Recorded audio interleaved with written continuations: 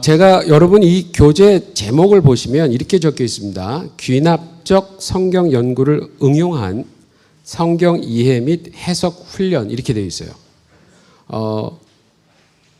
귀납적 성경 연구라는 거는 굉장히 많이 알려진 방법입니다. 되게 오래됐어요. 제가 뭐 이거를 만들어낸 어떤 특별한 게 아니에요. 이미 전 세계적으로 성경을 이해하기 위한 하나의 방법으로 매우 오랫동안 개발되어 왔던 방식입니다.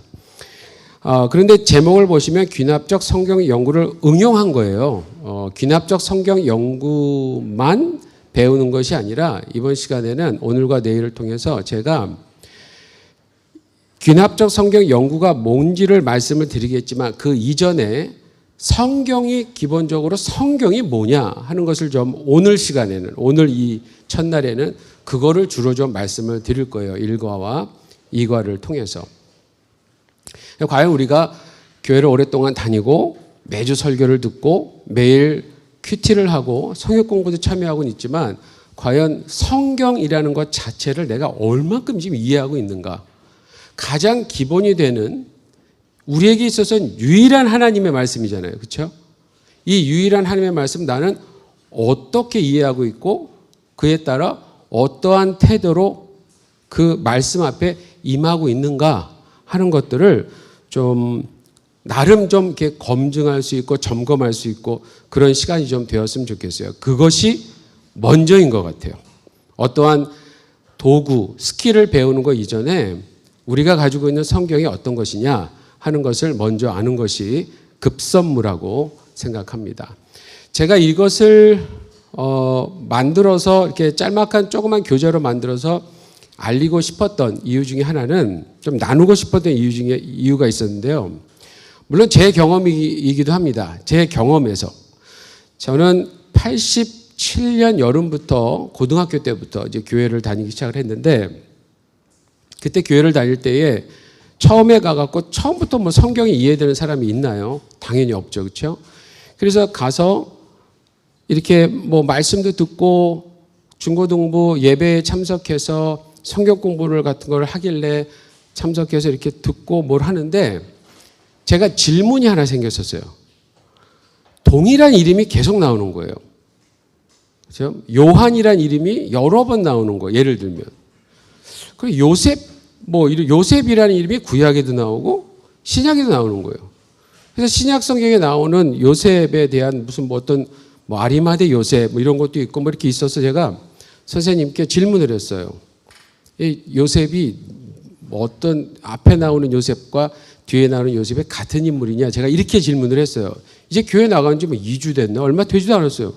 근데 선생님이 그걸 들으시더니 반응이 어머 얘는 이러시는 거예요. 아유 이렇게 쳐다본 거예요 저한테. 그러니까 옆에 있던 애들이 좀 이렇게 칵칵칵 하고 웃었어요. 근데 걔네들은 다 주일학교 출신들. 저는 뭐 주일학교 출신도 아니고 그냥 이제 막 교회 나온 사람이었던 거예요. 아무것도 모르는데 모르니까 질문을 해야 돼요? 말아야 돼요? 해야 되죠. 근데 그 당시만 해도 저는 국민학교 다니던 시절이니까 학교에서 제 기억으로는 제대로 질문을 못했어요. 제 기억에는. 선생님 말씀하실 때 질문하면 대부분 다 혼났어. 일단 다 들어라.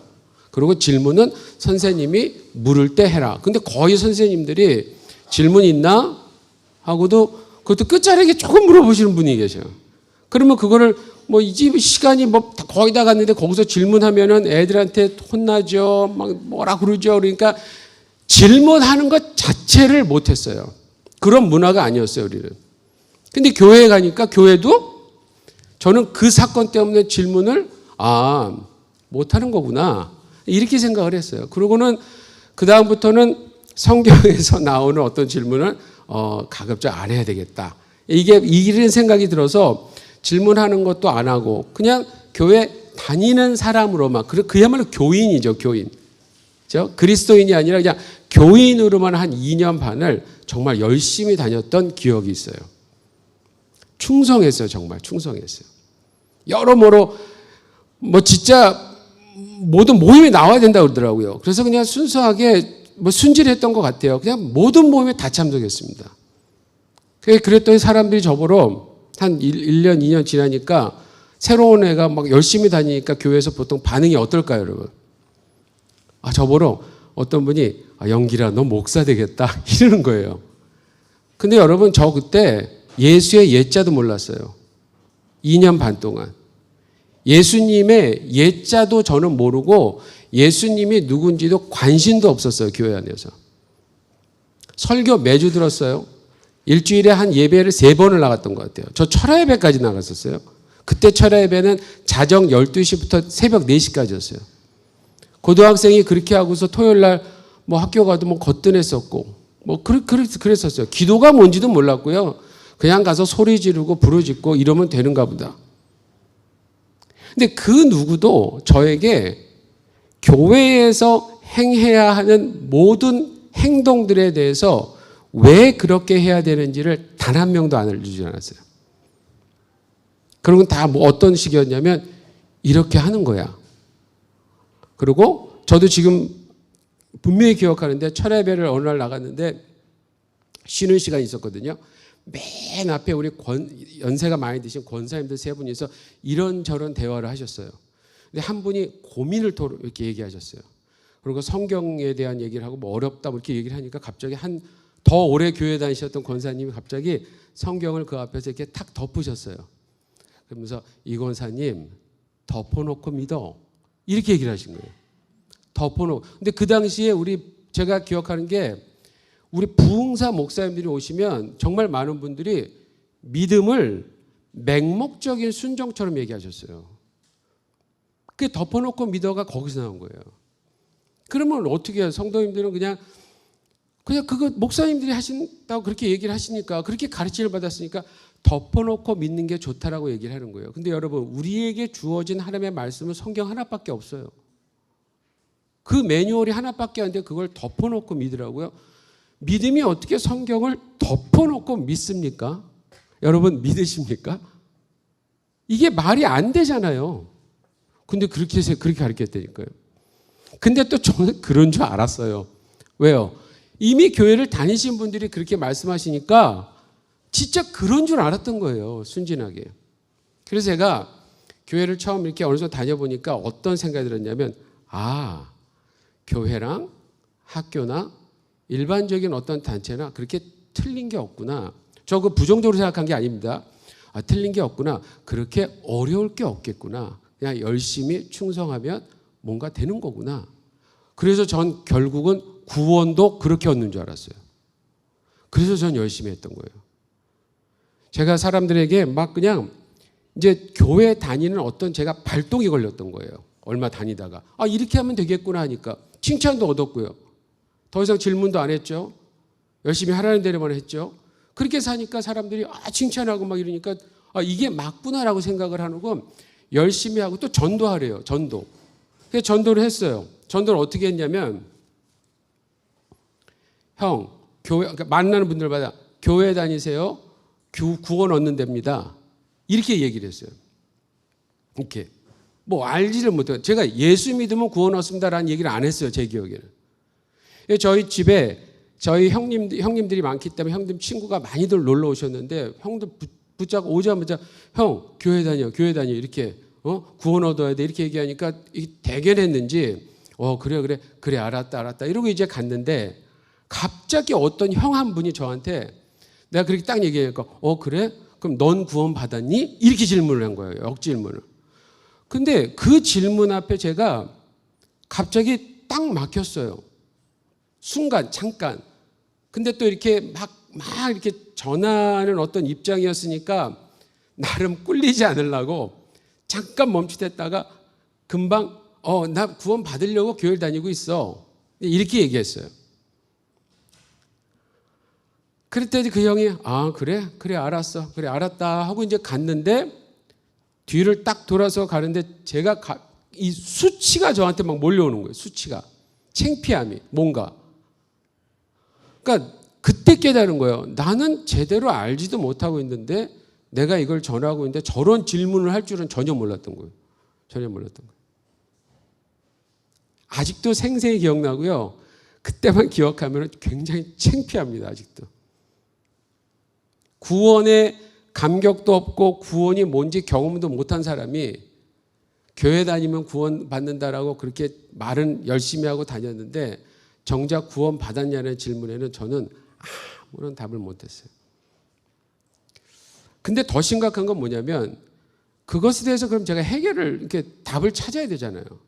근데 더 무서운 거는 답을 찾으러 다닌 게 아니라 저는 정말 그 답을 찾기 위해서 교회를 다닌 게 아니라 대답은 그렇게 해놓고 하나 저는 열심히 교회 생활만 계속해서 했어요.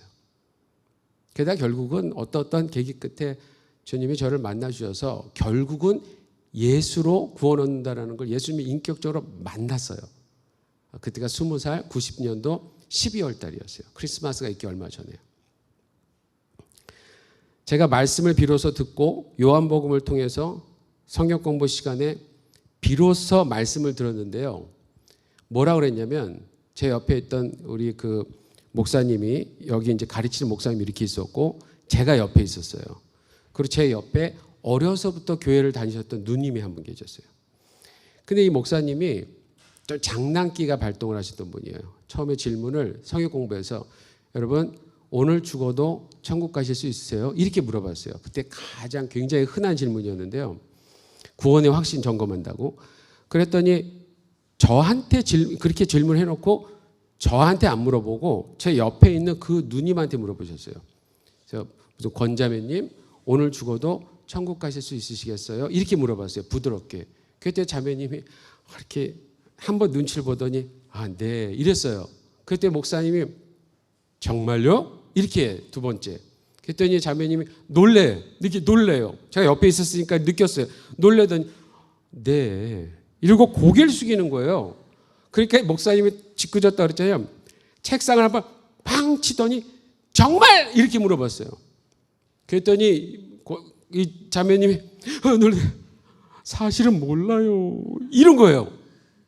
근데 제가 옆에 있다가 그 말이 저한테 너무 충격이었어요. 왜냐하면 7살 때부터 교회를 다닌 분인데 그리고 지금 교사도 하고 있고 성가대도 하고 있고 꾀꼬리 같은 목소리로 성가대도 하고 교사도 하고 있는데 저는 이제 2년 좀 넘게 다녔는데 제가 그때 머릿속에 어려서부터 이렇게 다닌 사람도 구원에 대한 확신이 없으면 이제 2년 다닌 나는 몇 년을 더 다녀야 구원을 얻을 수 있을까 이 생각을 했어요. 근데 순간 그럼 이대로 교회 다니다 난 지옥을 가는 건가? 말은 제가 안 했는데 겉으로는 제가 막 아는 척하면서 웃고는 있었는데 속으로는 타들어가기 시작하는 거예요. 와 진짜 미치겠더라고요. 그러다가 목사님이 그날 요한복음을 가지고 성경 공부를 해주셨어요. 요한복음.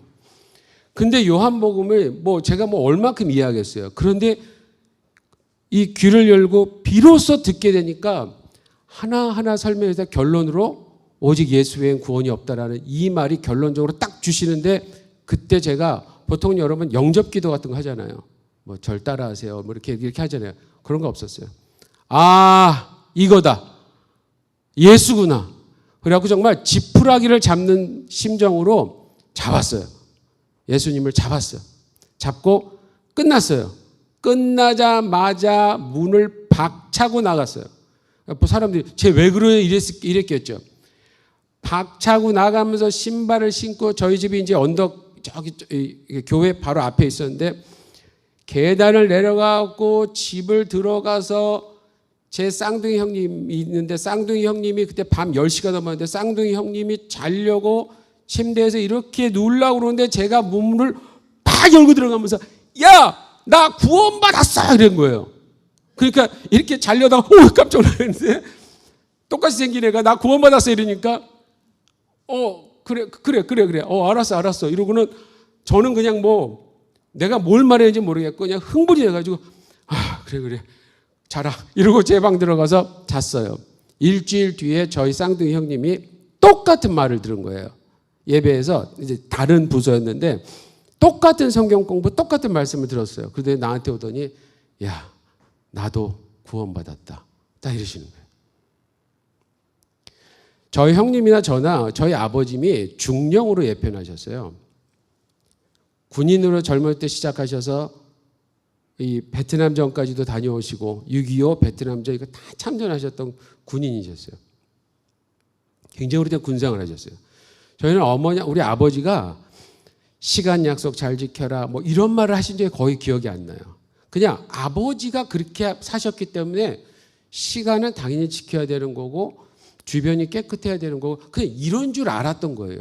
그러니 사람이 아버지만 보고 자라니까 규칙적인, 저희 아버지는 속 옷도 어머니가 데려주셨어요. 옛날에 면 그 하얀 그 군인들. 야, 그리고 어머니 계속 다림질 늘 하시는 일이 다림질이신 거예요. 군인 옷 다려야 되니까. 그러니까 이런 걸 보고서 그냥 보고 자란 게 이렇게 깨끗하고 깔끔하고 뭔가 규칙을 잘 지키고 이렇게 저는 이제 바뀌었던 거예요, 머리에. 근데 교회를 갔는데 어땠다고요? 충성하고 열심히 하면 칭찬받으니까 저는 이렇게 하면 하나님이 이뻐하시는 거구나. 이렇게 그냥 했던 거예요. 그러니 저는 교회를 그렇게 다녀도 예수와는 전혀 상관이 없었고 말씀이 안 들렸어요. 이 삶, 행동을 너무 강조해 버리니까 이 성경 말씀이 안 들린 거예요. 그러다가 결국은 무엇 때문에 예수님 만났다고요? 하나님 말씀을 제대로 듣게 되니까 와, 정말 예수님을 이렇게 정면으로 만난 느낌이었어요. 이런 케이스가 과연 저만일까요, 여러분? 제가 드리고 싶은 질문은 그거예요. 나타나는 이렇게 경험한 그것은 모습은 다 다르겠지만 상황은 다르겠지만 과연 한번 각자 한번 생각을 해보세요. 예수님을 만났을 때 과연 뭐 때문에 예수님을 만났는가? 계기는 어떤 분이 인도해줘서 어떤 분이 복음을 전해줘서이지만 실제로 예수님을 만나게 하는 데에 결정적인 역할을 한 거는 결국은 하나님 말씀 아니에요? 그렇죠? 하나님 말씀이 아니고서 예수를 만났다 하는 것은 그건 조금 우리가 다시 한번 점검을 해봐야 돼요. 여러분, 하나님의 말씀은 살았고 운동력이 있다고 그랬어요. 그리고 우리는 살아있는 하나님의 말씀이라고 늘 고백하고 살고 있잖아요.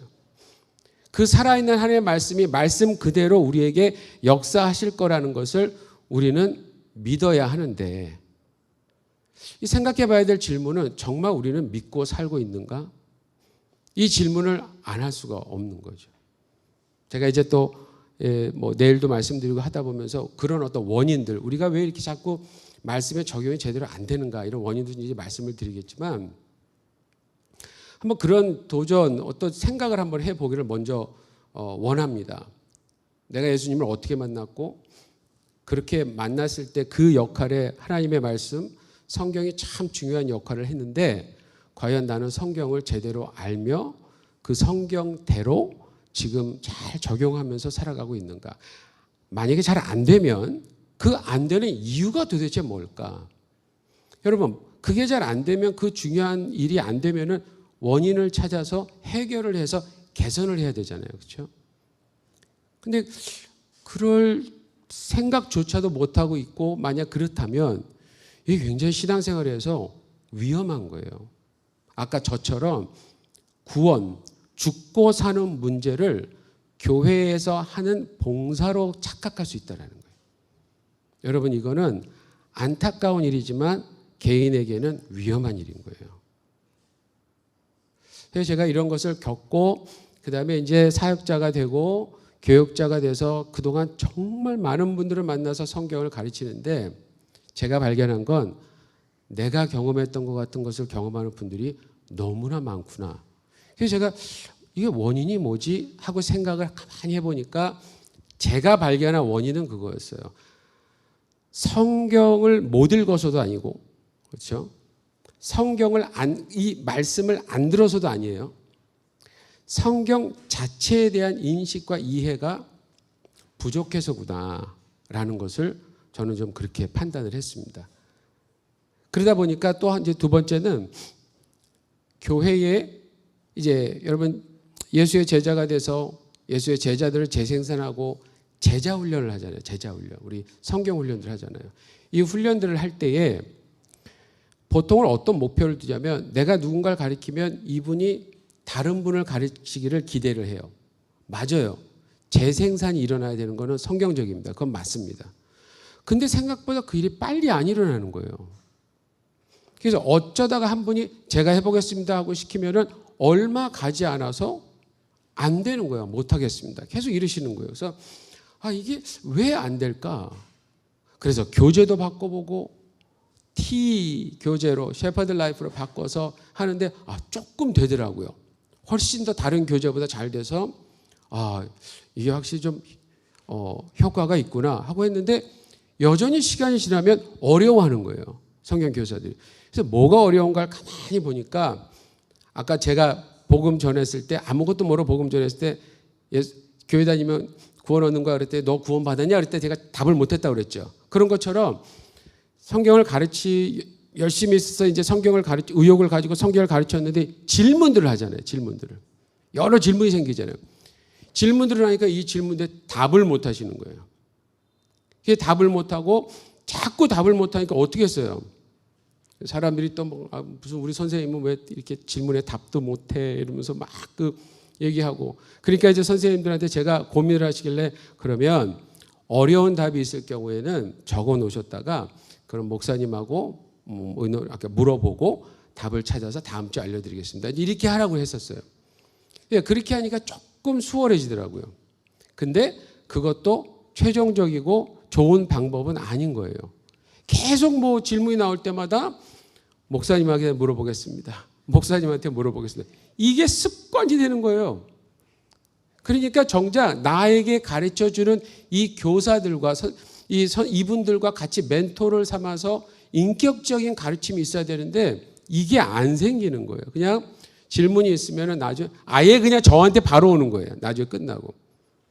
그것도 나쁘진 않은데 예수님이 말씀하신 그 제자 재생산의 모습은 제가 누가 이렇게 가르치면 이분이 이분에게 이것이 인격적인 만남을 포함을 하는 그런 제자 양성이 돼야 되거든요. 근데 이게 잘 안 되는 거예요. 그래서 다시 한번 들여다봤어요. 우리 성도님들의 어떤 그 이해와 신앙생활의 모습과 이런 걸 이렇게 자세히 이제 고민하다 보니까 똑같았어요. 제가 경험했던 것과 똑같았어요.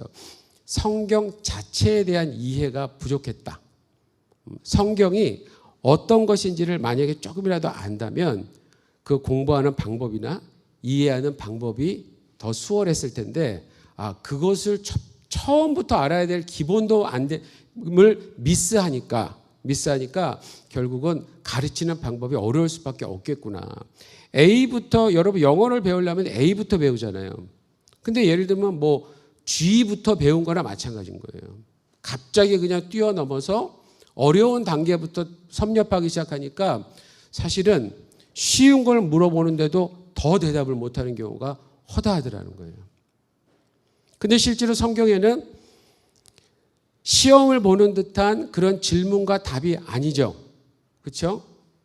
우리 인생을 자체를 흔들어 놓고 고민하게 만드는 질문들이 성경에 주제들이 얼마나 많습니까? 일단 구원부터도 그렇지만 종말론으로 들어가면 얼마나 겁나는 얘기들이 많이 나와요. 이거 자신 있게 얘기하실 수 있으실까? 특히 요즘같이 이단들이 그렇게 다 성경을 왜곡하고 훼손하고 그게 마치 진리인 것처럼 퍼져 있는 지금 이런 상황에서 과연 우리 정통 신앙을 유지하고 있는 우리는 과연 이걸 제대로 이게 맞다라고 얘기할 수 있을까? 이런 것들을 생각해 보면 진짜 이거는 좀 점검을 해야 될 필요는 있는 거죠. 마치 이런 것은 신학교를 나와야 되고 목사님들이나 신학 교수들 같은 분들이 신학자들이 주어야 될 답처럼 생각하는데 과연 우리 하나님이 성경을 그런 식으로 이해하라고 주셨을까? 한번 좀 생각을 해봐야 됩니다. 만약 그랬다면 지금처럼 여러분 앞에 성경책을 둘 수가 없어요. 중세시대처럼 사제나 신부만 얘기하고 성경을 우리가 볼 수 없는 문자나 이런 언어 이런 걸로 있고 굉장히 소중하게 여기지만 읽을 수 없는 책으로 만들어 놔야 되는 그런 시스템일 수밖에 없어요. 그러나 우리 개신교는 그렇지 않습니다. 각자에게 성경을 주고 이 성경을 통해서 하나님의 말씀으로 듣고 익히고 살리는 이런 거거든요. 근데 이거를 만약에 제대로 활용을 못한다. 저는 이 기구를 만지고 이러는 걸 굉장히 잘 못해요. 잘 못해요. 근데 여러분 최 목사님은 그걸 잘해요. 예. 그래서 제가 최 목사님한테 부탁하는 거예요. 그래서 저는 한국에 있었고 베트남에 있지만서도 연락을 해서 이거 좀 어떻게 좀 해봐라 이렇게 막 이제 부탁을 한다고요. 근데 저는 못해요. 그걸 잘. 컴퓨터 이런 거 다루는 것도 기본만 알지 잘 못해요. 근데 제가 한번 그 이유를 생각해 보세요. 나는 왜 못할까? 찾았어요. 여러분 저는 매뉴얼을 읽지 않습니다. 우리 솔직히 남자분들한테 한번 여쭤볼게요. 매뉴얼, 자, 물건이 왔어요. 자, 쿠팡 같은 데서 물건이 왔어. 자, 간단히 조립할 수 있는 선풍기가 왔어요. 제가 제일 실수했던 건 뭐냐면요. 한동안 그 조립하는 지금 가구들이 많죠. 미국에서 살 때는 미국, 일본에서는 다 조립을 해야 돼요. 제가. 근데 한국에 보니까 조립해서도 갖다 주더라고요. 너무 편했는데 조립을 하는데 침대 프레임을 제가 조립을 했어요. 자신 있게 조립을. 이거 딱 보니까 몇 개만 나사 박으면 될 것 같더라고요. 그래서요. 근데 조금 비싼 걸 샀어요. 기존에 그냥 프레임만 있는 걸 살 때는 문제가 없었는데 서랍이 있는 걸 제가 샀어요. 서랍이 다 하고 났어요. 그리고 벽에 딱 붙여놨더니 서랍을 내가 분명히 만들었는데 서랍이 없어요. 어느 쪽에 있을까요? 서랍이 반대쪽에. 근데 방은 한 개가 있고 거기 가서 꺼낼 수 있는 만한 이 넓이가 안 되니까 이걸 딱 보고 있는데 옆에서 누가 이 소리가 들려요. 아내가 그러더니 보니까 반대로 해놓은 거예요. 제가. 그랬더니 그러면 생각에 요거 빼서 요것만 하면 되지 하고 봤더니 구조가 그렇게 안 돼 있었어요. 다시 다 풀러서 다시 했어야 돼요. 그 다음부터는 그걸 한 2번인가 실수했어요. 심지어 이렇게 간단한 선풍기 같은 것도 매뉴얼을 안 보니까 그것도 실수하대요. 근데 이 남자들이 또 말을 잘 안 듣잖아요. 우리 아내분들 여기 지금 대부분 아내분들이 오셔서 제가 하는 말인데 여러분들 집에 정말 있는 그 큰아들 그분들이 얼마나 말을 안 들어요. 이분들이 또 그렇게 뭐라 그러면 또 짜증을 내니까. 근데 이제 아내분들이 지혜로우셔서 얘기도 안 하죠. 그냥 고개만 흔들고 가요. 그래서 다음에 내가 몇 번 실수를 하니까 아내가 이런 거 조립식에 딱 오면 여보 일로 와 앉아. 내가 볼 테니까 내가 하라는 대로 해. 그래서 알았어 그러고 이제 했더니 한 번에 탁 되는 거예요. 한 번에.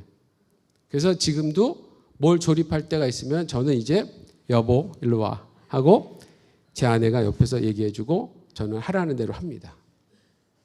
매뉴얼대로 하니까 실수가 없는데 매뉴얼을 안 보고 했을 때는 너무 그냥 짜증이 날 정도예요.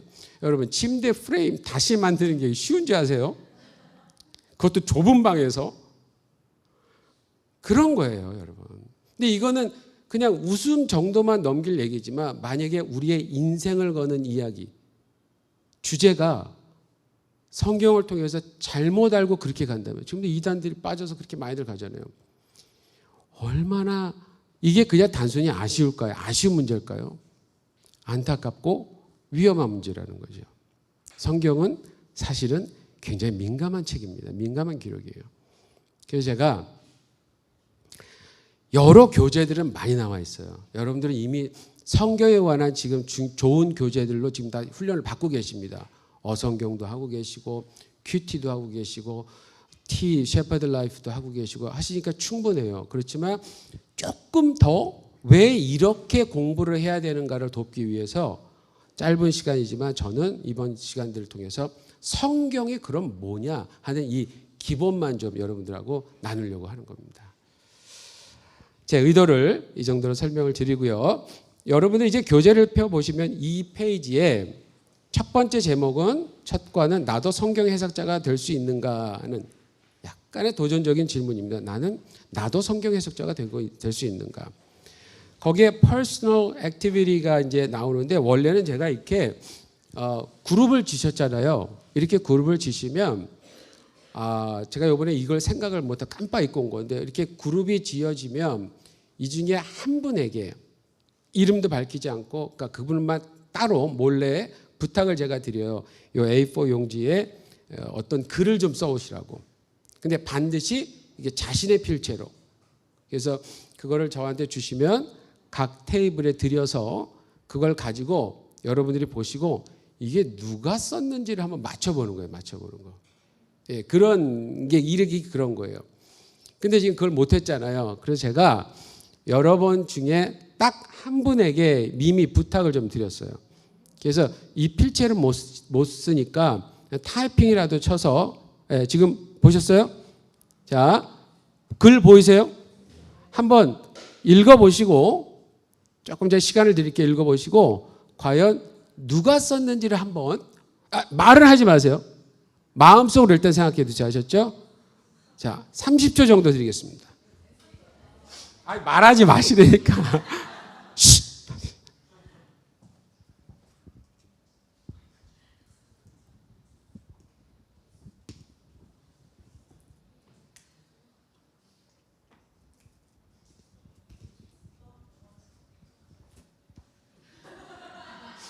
말하지 마세요. 제발 좀.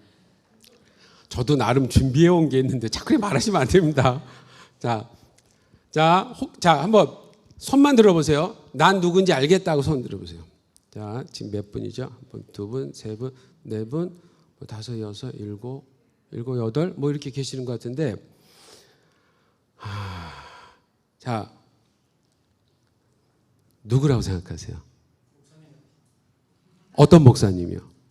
최서 목사님? 자, 최서원 목사님이라고 생각하시는 분? 들으셨던 분들은 거의 다 이렇게 하셨고, 혹시 아까 들으셨던 분 중에 최서원 목사님 아니다라고 생각하는 분 계세요? 대부분 다, 자, 최서원 목사님이라면 아직 답을 몰라요. 아닐 수도 있으니까. 그러면 왜 최서원 목사님이라고 생각하세요? 예.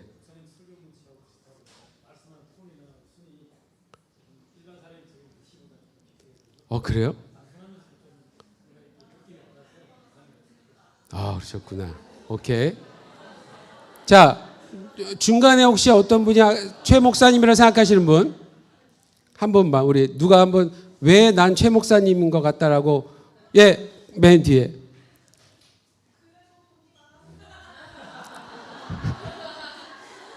예. 그래도 돈이 많았으면 좋겠다. 네. 이건 뭐 부인을 못 하겠네요. 왜냐하면 먼저 본 월화 팀에서도 이걸 했더니 한 세 분이 딱 얘기를 하셨는데, 한 분은 우리 목사님의 아내분이셨어요. 아내분이 뭐를 얘기하셨냐면, 세상이 사람이 이해되지 않는 시간이 길었다. 그러니까 이거는 옆에 있는 분이 잘 알겠죠. 자, 그런데 그 외의 분 중에서 한 분이 딱 손을 들더니 왜 제 목사님이냐 그랬더니 돈이 많았으면 좋겠다. 이 얘기를 나가시는 거여서 그랬구나. 많은 또 은연중에 그런 말을 많이 했나 보다. 그래갖고 원래는 제가 제 목사님한테 이제 그 주일날 저녁에 이제 글을 가끔 쓰는 걸 제가 아니까 글 쓴 거 뭐 좀 보여달라고 그랬는데 몇 개를 봤어요.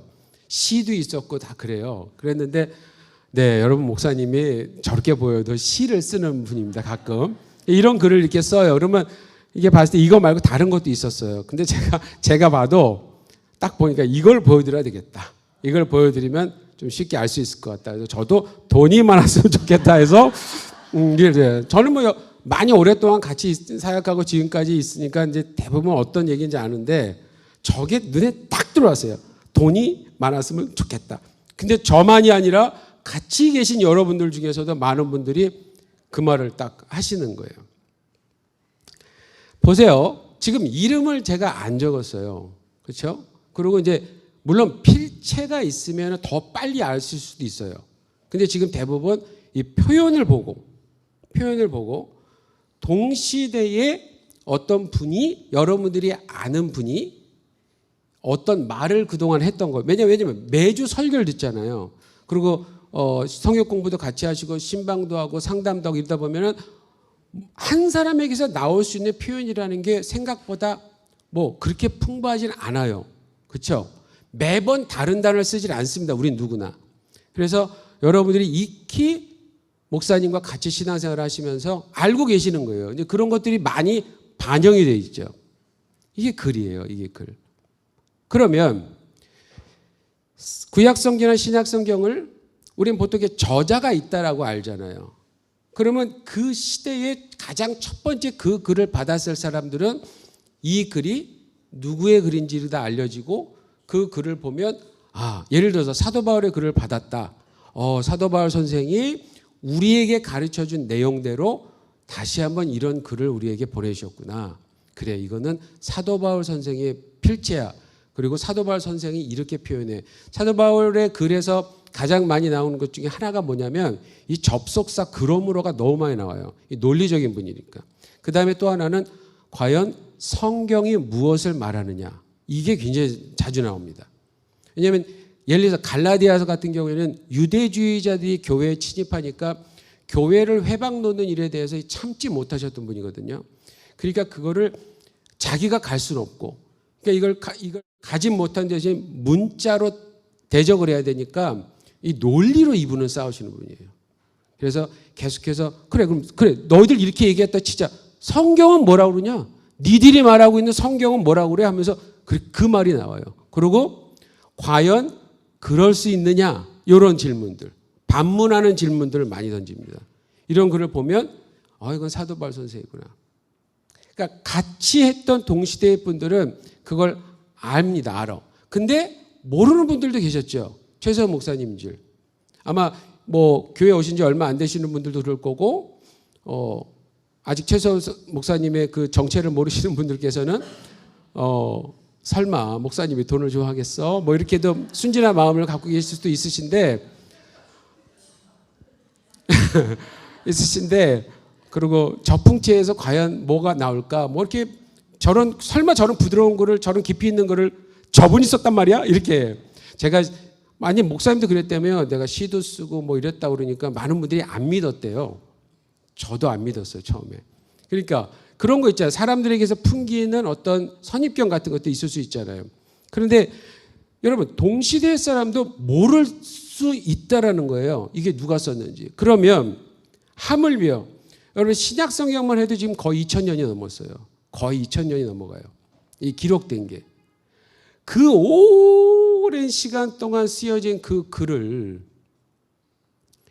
그 의미와 그 의도와 이런 것을 보기만 했는데 쉽게 파악이 된다? 여러분 이게 과연 이게 맞는 얘기일까요? 그 밑에 질문해 보시면 거기 보시면 동시대 한 교회를 이루며 살아가고 있는 사람들끼리도 저자의 이름이 언급이 되지 않은 상태에서는 누구의 글인지 쉽게 파악하기가 쉽지 않은데 자 최소 2000년 이상의 고대 문서를 다룬다는 것은 과연 어떤 의미일까? 자 3페이지 맨 위에 보면 들어가는 질문에 이렇게 나와 있습니다. 우리는 성경을 읽기만 해도 쉽게 그리고 정확하게 이해할 수 있는가입니다. 그러니까 읽었는데 이게 쉽게 이해될 수 있는가? 여러분 매뉴얼도 제가 매뉴얼을 왜 잘 이해를 못하나 했더니요. 한국어로 적혀 있었는데도 왜 이해를 못했냐? 제가 저한테 익숙하지 않은 용어들이 너무 많은 거예요. 그러니까 읽을 수는 있는데 그 용어를 내가 들어본 적이 없으니까 이게 뭐라는 거야 도대체 이렇게 되는 거거든요. 마찬가지로 여러분 성경은 지금 번역본을 가지고 계실 뿐이지 고대 문서예요. 4000년 이상 된 것도 있고 최소 2000년이에요. 최소. 그러면 그 고대 문서를 우리가 지금 다룬다라고 하는 것인데 이게 과연 읽기만 해도 쉽게 이해가 될까 하는 부분입니다. 성경의 한 예를 한번 드려볼게요. 거기 누가복음 24장 13절에서 35절인데 한번 제가 읽어볼게 한번 보세요. 읽으면서 설명해 드릴게요. 그날에 그들 중 둘이 예루살렘에서 20올이 되는 엠마오라는 마을로 가면서 이 모든 된 일을 서로 이야기하더라. 그들이 서로 이야기하며 문의할 때에 예수께서 가까이 이르러 그들과 동행하시나 그들의 눈이 가려져서 그인 줄 알아보지 못하거늘. 지금은 몰라본 거예요. 부활하신 예수님을. 예수께서 이르시되 너희가 길 가면서 서로 주고받는 이야기가 무엇이냐 하시니 두 사람이 슬픈 빛을 띠고 머물러 서더라. 이때까지만 해도 굉장히 기분이 암울한 거예요. 부활했다라고 했는데 믿어지질 않는 거예요. 그러면 무슨 생각을 하는 거냐면 예수님의 시신이 없어진 거잖아요. 이게 막 지금 혼란한 겁니다. 자, 그 한 사람인 글로바라 하는 자가 대답하여 이르되 당신이 예루살렘에 체류하면서도 요즘 거기서 된 일을 혼자만 알지 못하느냐. 이미 사람들 사이에서는 예수님의 무덤에 시신이 없다라는 게 막 퍼져 있었다라는 거죠. 이르시되 무슨 일이냐. 이르되 나사렛 예수의 일이니 그는 하나님과 모든 백성 앞에서 말과 일에 능하신 선지자 이건을 우리 대제사장들과 관리들이 사형 판결에 넘겨주어 십자가에 못 박았느니라.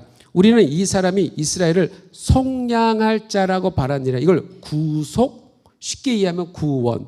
이스라엘을 구해줄 사람, 이런 뜻이에요. 바란노라. 이뿐 아니라 이 일이 일어난 지가 사흘째요. 또한 우리 중에 어떤 여자들이 우리로 놀라게 하였으니 이는 그들이 새벽에 무덤에 갔다가 그의 시체는 보지 못하고 와서 그가 살아나셨다는 천사들의 나타남을 보았다 함이라. 또 우리와 함께한 자 중에 두어 사람이 무덤에 가 과연 여자들이 말한 바와 같음을 보았으나 예수는 보지 못하였느니라 하거늘 이르시되, 이제 예수님 말씀하시는 거예요. 미련하고 선지자들이 말한 모든 것을 마음에 더디 믿는 자들이요. 선지자들이 말한 모든 것은 구약 성경을 표현하는 표현 중에 하나예요. 그 당시에는 그리스도가, 메시아가 이런 고난을 받고 자기의 영광에 들어갈 것이 아니냐. 이 얘기는 이미 구약 성경의 선지자들을 통해서, 특히 선지자들을 통해서 그렇게 예고되어 있지 않았냐. 이 얘기예요. 맞죠? 그래서 27절 이에 모세와 모든 선지자의 글로 시작하여 모세의 글, 율법서, 시편, 선지서 요 정도 표현으로 구약을 그렇게 표현해요. 그때는 구약이란 말이 우리처럼 없었어요. 그러니까 그렇게 표현을 한 거예요. 그 선지자의 글로 시작하여 모든 성경에 쓴 바 자기에 관한 것을 자세히 설명하시니라. 여기서 중요한 건 모든 성경에 쓴 바 자기에 관한 것을 성경을 통해서 다시 자세히 설명했다는 거예요. 예수님이. 이 작업을 예수님이 하신 거예요. 얼마나 걸렸을지 모르겠지만. 그러니까 걸어가면서 그 얘기를 계속해 주신 거예요. 그들이 가는 마을에 기꺼이 가까이 가매 예수는 더 가려 하는 것 같이 하시니 그들이 강권하여 이르되 우리와 함께 유하사이다. 때가 저물어가고 날이 이미 기울었나이다 하나 이에 그들과 함께 유하러 들어가시니라. 그들과 함께 음식 잡수실 때에 떡을 가지사 축사하시고 떼어 그들에게 주시니 31절 그들의 눈이 밝아져 그인 줄 알아보더라. 예수는 그들에게 보이지 아니하시니라. 이제 예수님은 살아계셨어요. 그 다음에 32절에 이 두 사람이 어떤 상태였냐면 모르고 있다가 다시 알게 된, 정확히 알게 된 상태잖아요. 그렇죠? 이 상황에서 서로 이제 얘기하는 거예요. 서로 말하되 길에서 우리에게 말씀하시고 우리에게 성경을 풀어주실 때, 이걸 쉽게 말하면 해석해 주실 거예요. 설명, 이해할 수 있도록 도와주셨을 때 우리 속에서 마음이 뜨겁지 아니하더냐 하고 이렇게.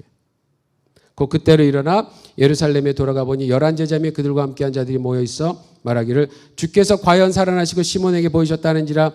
두 사람도 길에서 된 일과 예수께서 떡을 떼심으로 자기들에게 알려주신 것을 말하더라. 이렇게 되고 있었습니다.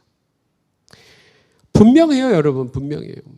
지금 이 제자들이 부활을 인식도 못하고 믿지도 못했던 이유는 이미 성경은 그렇게 얘기했었는데 그렇게 얘기한 성경을 제대로 이해를 못했어요. 근데 이거는 엄밀히 말하면 이 사람들 잘못은 아니에요. 그 당시 때 성경을 가르쳤던 성경 교사들의 주류가 바리새인들이었거든요. 근데 이 바리새인들의 가르침에서는 그렇게 안 가르쳤어요. 그리고 그 전에 여러분 지금 구약과 신약이 있으면 이 중간기가 있어요. 역사. 그건 지금 성경에 안 나와요. 그래서 거기에 대한 자료를 꼭 좀 찾아보셔야 돼요.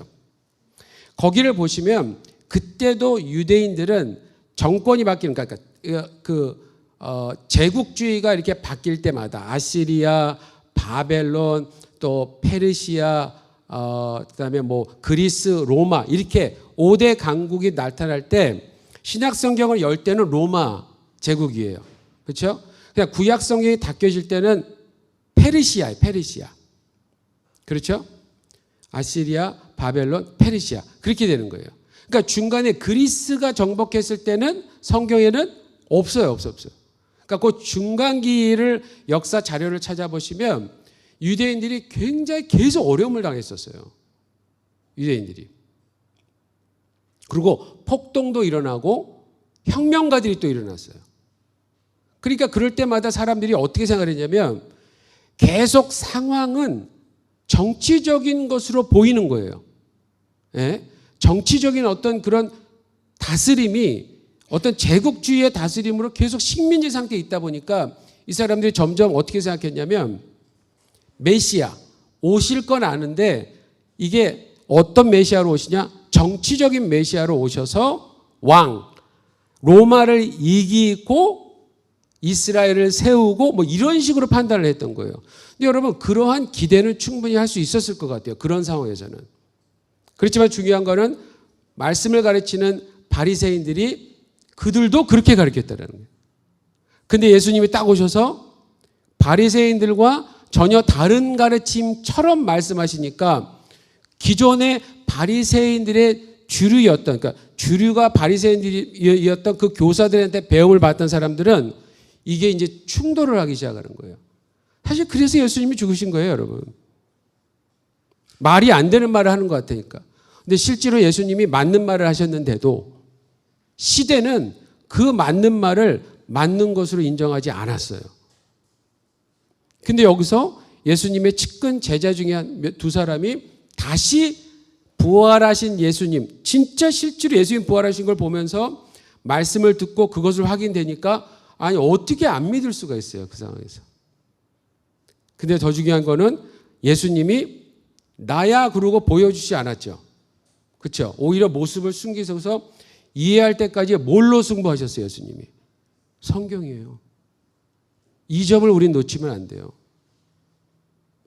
가시적으로 예수님이 그러니까 도마한테 했던 것처럼 마태에서 막 이렇게 하시지 않으셨다고요, 그때는. 성경을 가지고 차근차근 또 얘기하셔요. 길 가면서 천천히 걸어가시면서. 근데 오히려 이 사람들이 뭐라고 고백하냐면 야, 그때 우리에게 풀어주실 때에 그 말씀해 주실 때 우리의 가슴이 뜨겁지 아니하더냐 이렇게. 여러분 묵상을 하시다가 어느 날 갑자기 똑같은 본문 이전에도 봤는데 갑자기 보다가 그거 때문에 막 그냥 눈물을 막 흘리신 적 계세요, 안 계세요?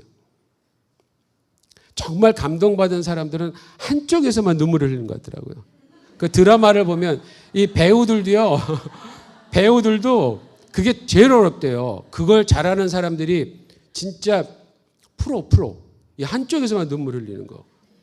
이 막 그냥 어쨌든 간에 이게 말로 표현은 안 되는데 이 문자가 살아 움직이는 것 같고 내가 그 현장 속에 있는 것 같고 그 예수님이 살으셔서 날 안아주시는 것 같고 막 내가 뭔데 나 같은 사람을 이렇게 하셨을까 막 어쩔 땐 엉엉 울기도 하고 남자들은 엉엉 울지라니까 보통 에이 하고 울고 남자들은 좀 울음이 좀 짧긴 해요. 한번 터지면 길긴 한데 그런 거.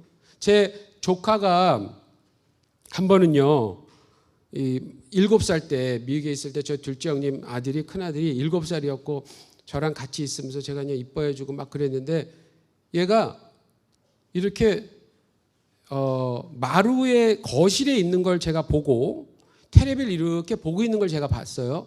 보고서 쓰레기를 버리려고 문을 열고 제가 쓰레기를 버리고 나갔다가 들어와서 이렇게 도는데 문으로 이렇게 들어가려고 현관문을 보는데 거실이 보였거든요.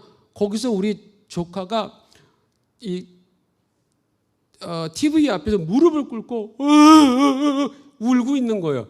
깜짝 놀라고. 그때 저랑 그 조카만 있었거든요. 깜짝 놀라고 막 뛰어들어갔어요.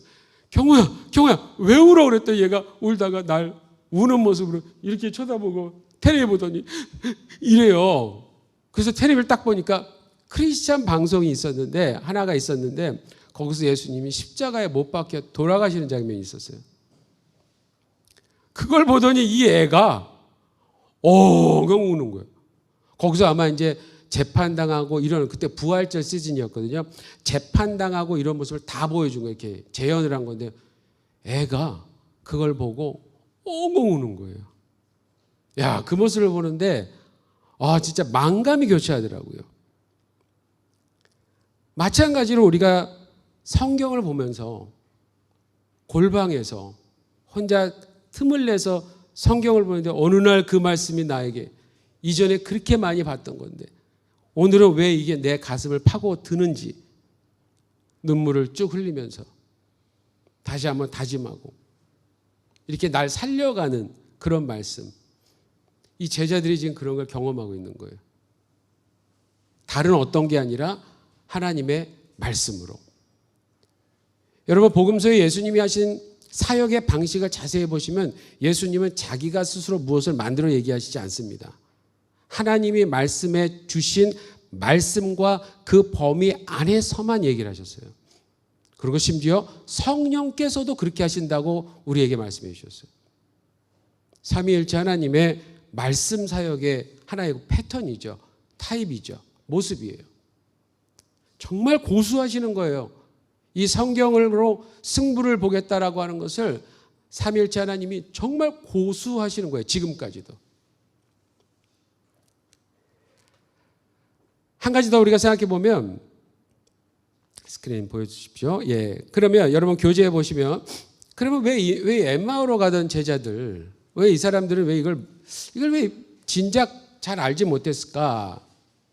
그렇죠? 간사님 뭐 나옵니까? 스크린. 자, 여기 보시면 여러분 교재 그 다음에 보시면 한번 성경을 이해함에 있어서 난해함이 분명히 있어요. 어렵습니다. 어려운데 그 중에 하나 이제 몇 가지 예를 한번 보여드릴게요. 마태복음 4장 6절 이르되 내가 만일 하나님의 아들이어든 뛰어내리라 기록되었을 때 그가 너를 위하여 그의 사자들을 명하시리니 그들이 손으로 너를 받들어 발이 돌에 부딪히지 않게 하리로다 하였느니라. 자, 이 마태복음 4장 6절은 어디서 이 말씀이 나오는지를 아시는 분들이 많으실 거예요. 예수님이 시험 받으실 때죠. 두 번째 시험이죠. 그렇죠? 그러면 여기서 사탄이 시편의 말씀을 인용하기도 하고 이런 장면들이 있어요. 근데 이걸 모르고 만약에 이 구절만 딱 보면 이게 그럴듯하게 보여요. 그렇지. 하나님의 아들이라면 저런 초자연적인 능력은 있어야 되는 거 아니야? 아니 성경에도 저렇게 시편에도 저렇게 말씀하고 계는데 이게 맞는 거 아니야? 그렇죠? 잘못하면 이걸 그냥 조금만 띄어서 받으면 저게 뭔지도 모르고 그냥 바로 그냥 그렇지 합리적으로 이성적으로 그냥 그렇게 이해할 수 있다라는 거예요. 굉장히 좀 어려운 위험한 이야기죠. 그다음에 데살로니가전서 5장 26절 거룩하게 입맞춤으로 모든 형제에게 문안하라.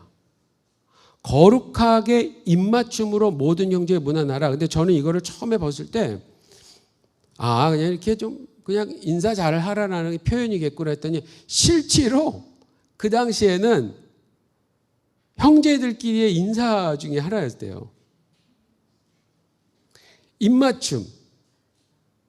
근데 우리 시대에 지금 우리 문화에서는 교회에서 저렇게 인사를 하나요? 만약에 저렇게 인사를 하면 어떻게 될까요? 근데 막 어떤 분이 오늘날 와갖고 형제님하고 형제와 형제끼리 거룩한 입맞춤 했는데 이분이 막 그냥 질색을 해. 그래서 거룩한 입맞춤을 성경에서 하라고 그랬습니다. 데살로니가 전서 5장 26절에서 하라고 그랬습니다라고 이렇게 얘기한다면 이게 지금 뭐지? 이 교회 뭐지? 할 거예요. 고소당할지도 몰라요, 지금은.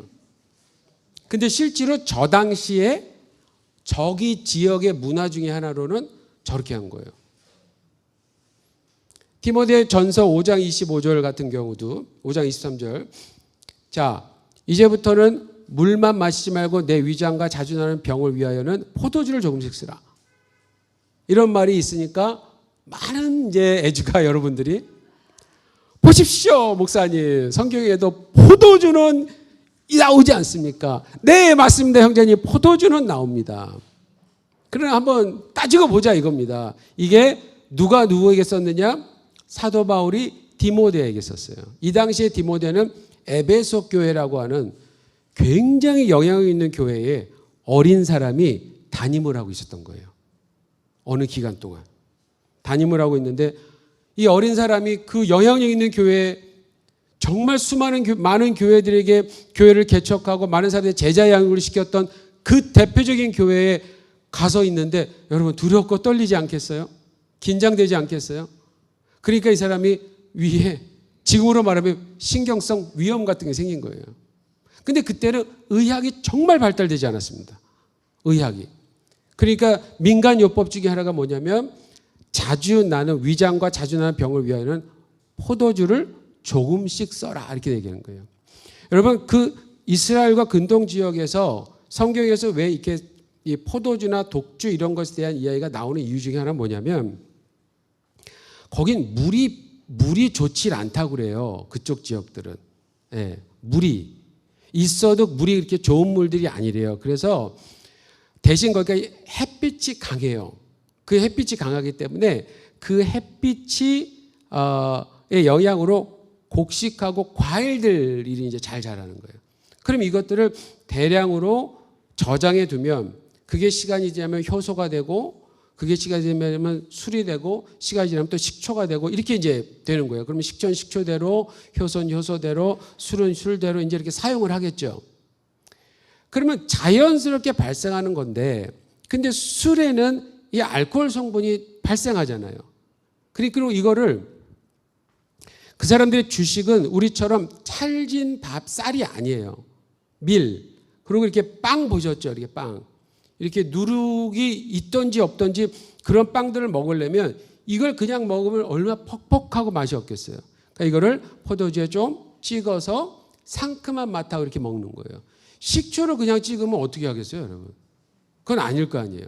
그러니까 포도주가 있고 식초가 있다 보면은 포도주에 찍어서 이런 정도를 먹는 요 정도예요. 근데 사실 또 한편으로는 긍정적으로는 술은 희락을 상징하는 거기 때문에 잔치에는 또 없어서는 안 될 음료였어요. 거기 그때 무슨 코카콜라가 있겠어요, 여러분. 무슨 뭐 요즘처럼 이런 뭐 어제 누가 저한테 지난주에 그 무슨 커피를 갖다 주셨어요. 그런데 코코아 커피 이런 것들 그런 게 있겠어요, 이스라엘에 그 당시에? 예수님이 뭐 베트남에서 수입해온 코코아 커피를 드셨다. 이런 얘기 없어요, 예수님도. 예수님도 잔치집에 가면은 포도주가 왜 중요한지를 알았다고요. 기쁨을 상징하는 나름대로의 의미를 부여하는 어떤 도구 같은 것들이었어요. 그러니까 분명한 의도가 있어서 사용했다는 거예요. 그냥 흥청망청 먹고 즐기려고 사용한 게 아니라 그래서 성경은 양면성을 띱니다. 술에 대해서 예를 들어서 그때는 필요할 수도 있고 필요한 부분도 설명하지만 동시에 조심해라라고 그러는 거예요. 조심해라. 그래서 나시린의 서원 같은 경우는 내가 어느 기간 동안 하나님을 위해서만 봉사하겠습니다. 구약에서 하는 경우는 그때 규칙 중에 하나는 포도 근처도 가면 안 돼요, 여러분. 포도. 괜히 포도주에 중독될까 봐. 그렇게 조심시켰어요. 그런 흔적들이 성경에 굉장히 많습니다. 그런데 그러니까 물이 부족하든지 그러니까 물 대신에 어떤 썼던 거라든지 음식을 잘 넘기기 위해 썼던 거라든지 혹은 여기처럼 약으로 쓴 거예요. 약. 민간요법으로. 그렇게 쓴 거지 이거를 마음 놓고 술을 즐겨야 된다라고는 얘기할 수 없다래요. 그 정도로 말할 수 있는 근거가 성경에는 없기 때문에. 조심하라라는 거죠. 아시겠죠? 이런 것처럼. 그러니까 그냥 문자 그대로 받아들였을 때에 부작용을 일으킬 만한 구절들이 상당히 많다라는 거예요. 성경은 그런 기록이라는 거예요. 왜요? 오래전 고대 문서기 때문에. 기록이 때문에. 다른 여러 예들도 있을 겁니다. 예를 들면 여러분 사도행전 5장에 나오는 아나니아와 삽비라 사건 같은 거. 여러분 기부를 안 한 게 아닙니다. 그러니까 재산을 안 판 게 아니에요. 단 좀 속였어. 근데 죽었어. 그럼 누가 교회를 다니겠어요?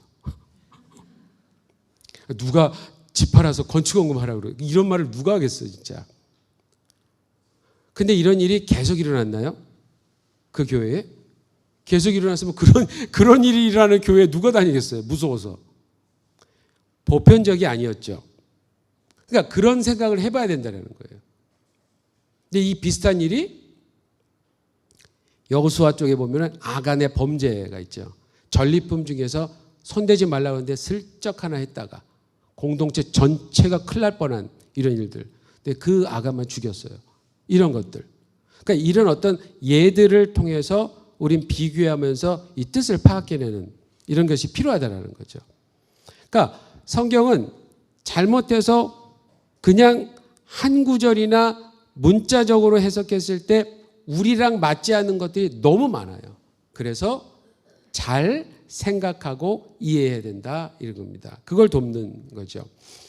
그래서 결론은 그겁니다. 우리에게는 왜 성경 해석이 필요한가? 결론은 성경을 이해하는 기술이나 이 방법을 배워야 된다라고 하는 거죠.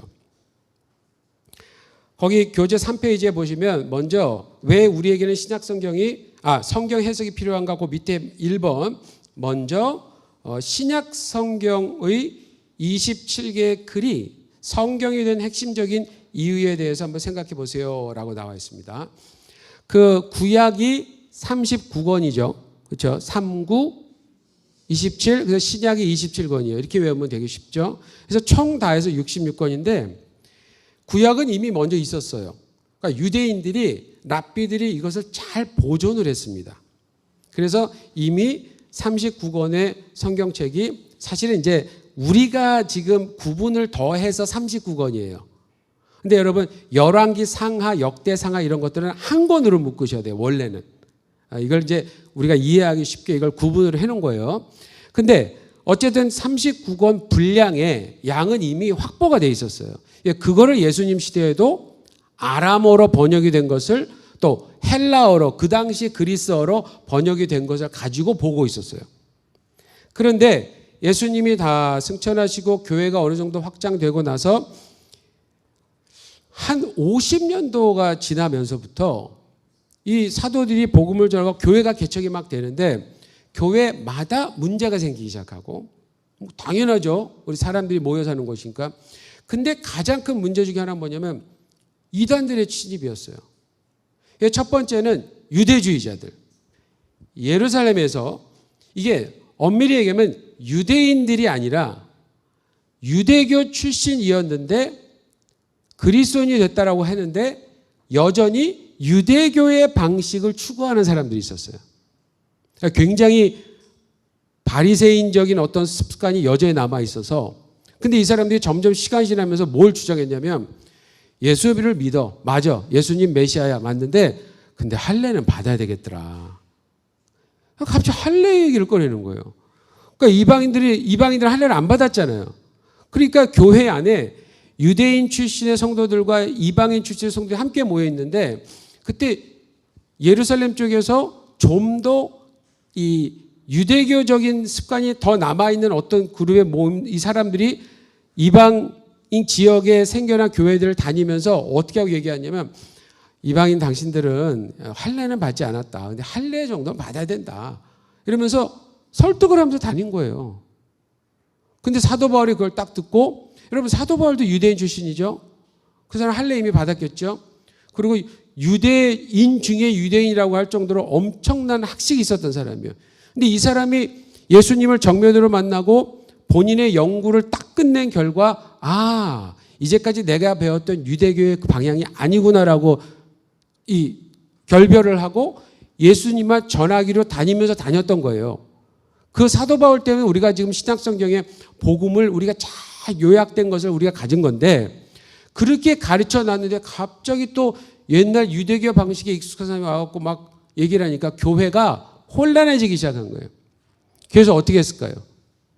그래서 쓴 글들이 지금 우리가 가지고 있는 신약성경이에요. 신약성경. 그러니까 여러분 신약 성경이 쓰여진 거는 복음서도 마찬가지입니다. 나중에 이제 조금 더 시간이 지나니까 이제 더 노골적으로 이단들이 생겨나기 시작하는데 이단들이 예수가 누구인가에 대해서 건드리기 시작하는 거예요. 그래서 성육신 아니야. 그냥 신비로운 존재지 영적인 존재만이지 육신으로 오진 않았어. 뭐 이렇게 얘기한다든지. 그래서 나중에 또 사도 요한이 내가 글을 하나 더 써야 되겠구나. 그러니까 요한복음이에요. 요한복음. 어떤 계기가 분명히 있었습니다. 하나님 예수 그리스도에 대해서 뭔가 건드려서 이것을 훼손시키는 그런 도전의 막기 위해서 교회를 막기 위해서 교회를 보호하기 위해서 했던 사도들의 사도들의 그 전략이 뭐였냐? 다시 복음서나 서신서를 쓰는 거였어요. 하나님의 뜻에 대해서 그걸 얘기하는 건데, 더 정확히 말하면 구약에서 예언했던 일들이 나사렛 예수를 통해서 어떻게 이루어졌는지, 여러분 예고했던 게 일어났다면 그 일어난 증거가 있어야 되잖아요. 그렇죠? 그 기록을 한 거예요. 자, 그 기록을 했는데 문제는 생각보다 양이 많았어요. 우린 지금 27권만 가지고 있죠. 사실 실제로 그 당시 1세기 때에는 더 많았어요. 다른 사도들도 쓰고 도마도 쓰고 뭐 막 다들 썼어요. 나름대로. 근데 그걸 가지고 약 397년인가 300년이 훨씬 좀 넘는 시간을 통해서 27권으로 딱 결정을 한 거예요. 교회들이. 그걸 거기 보면 영어로 canonization 있는데 그 옆에다가 여러분 정경화 이렇게 쓰세요.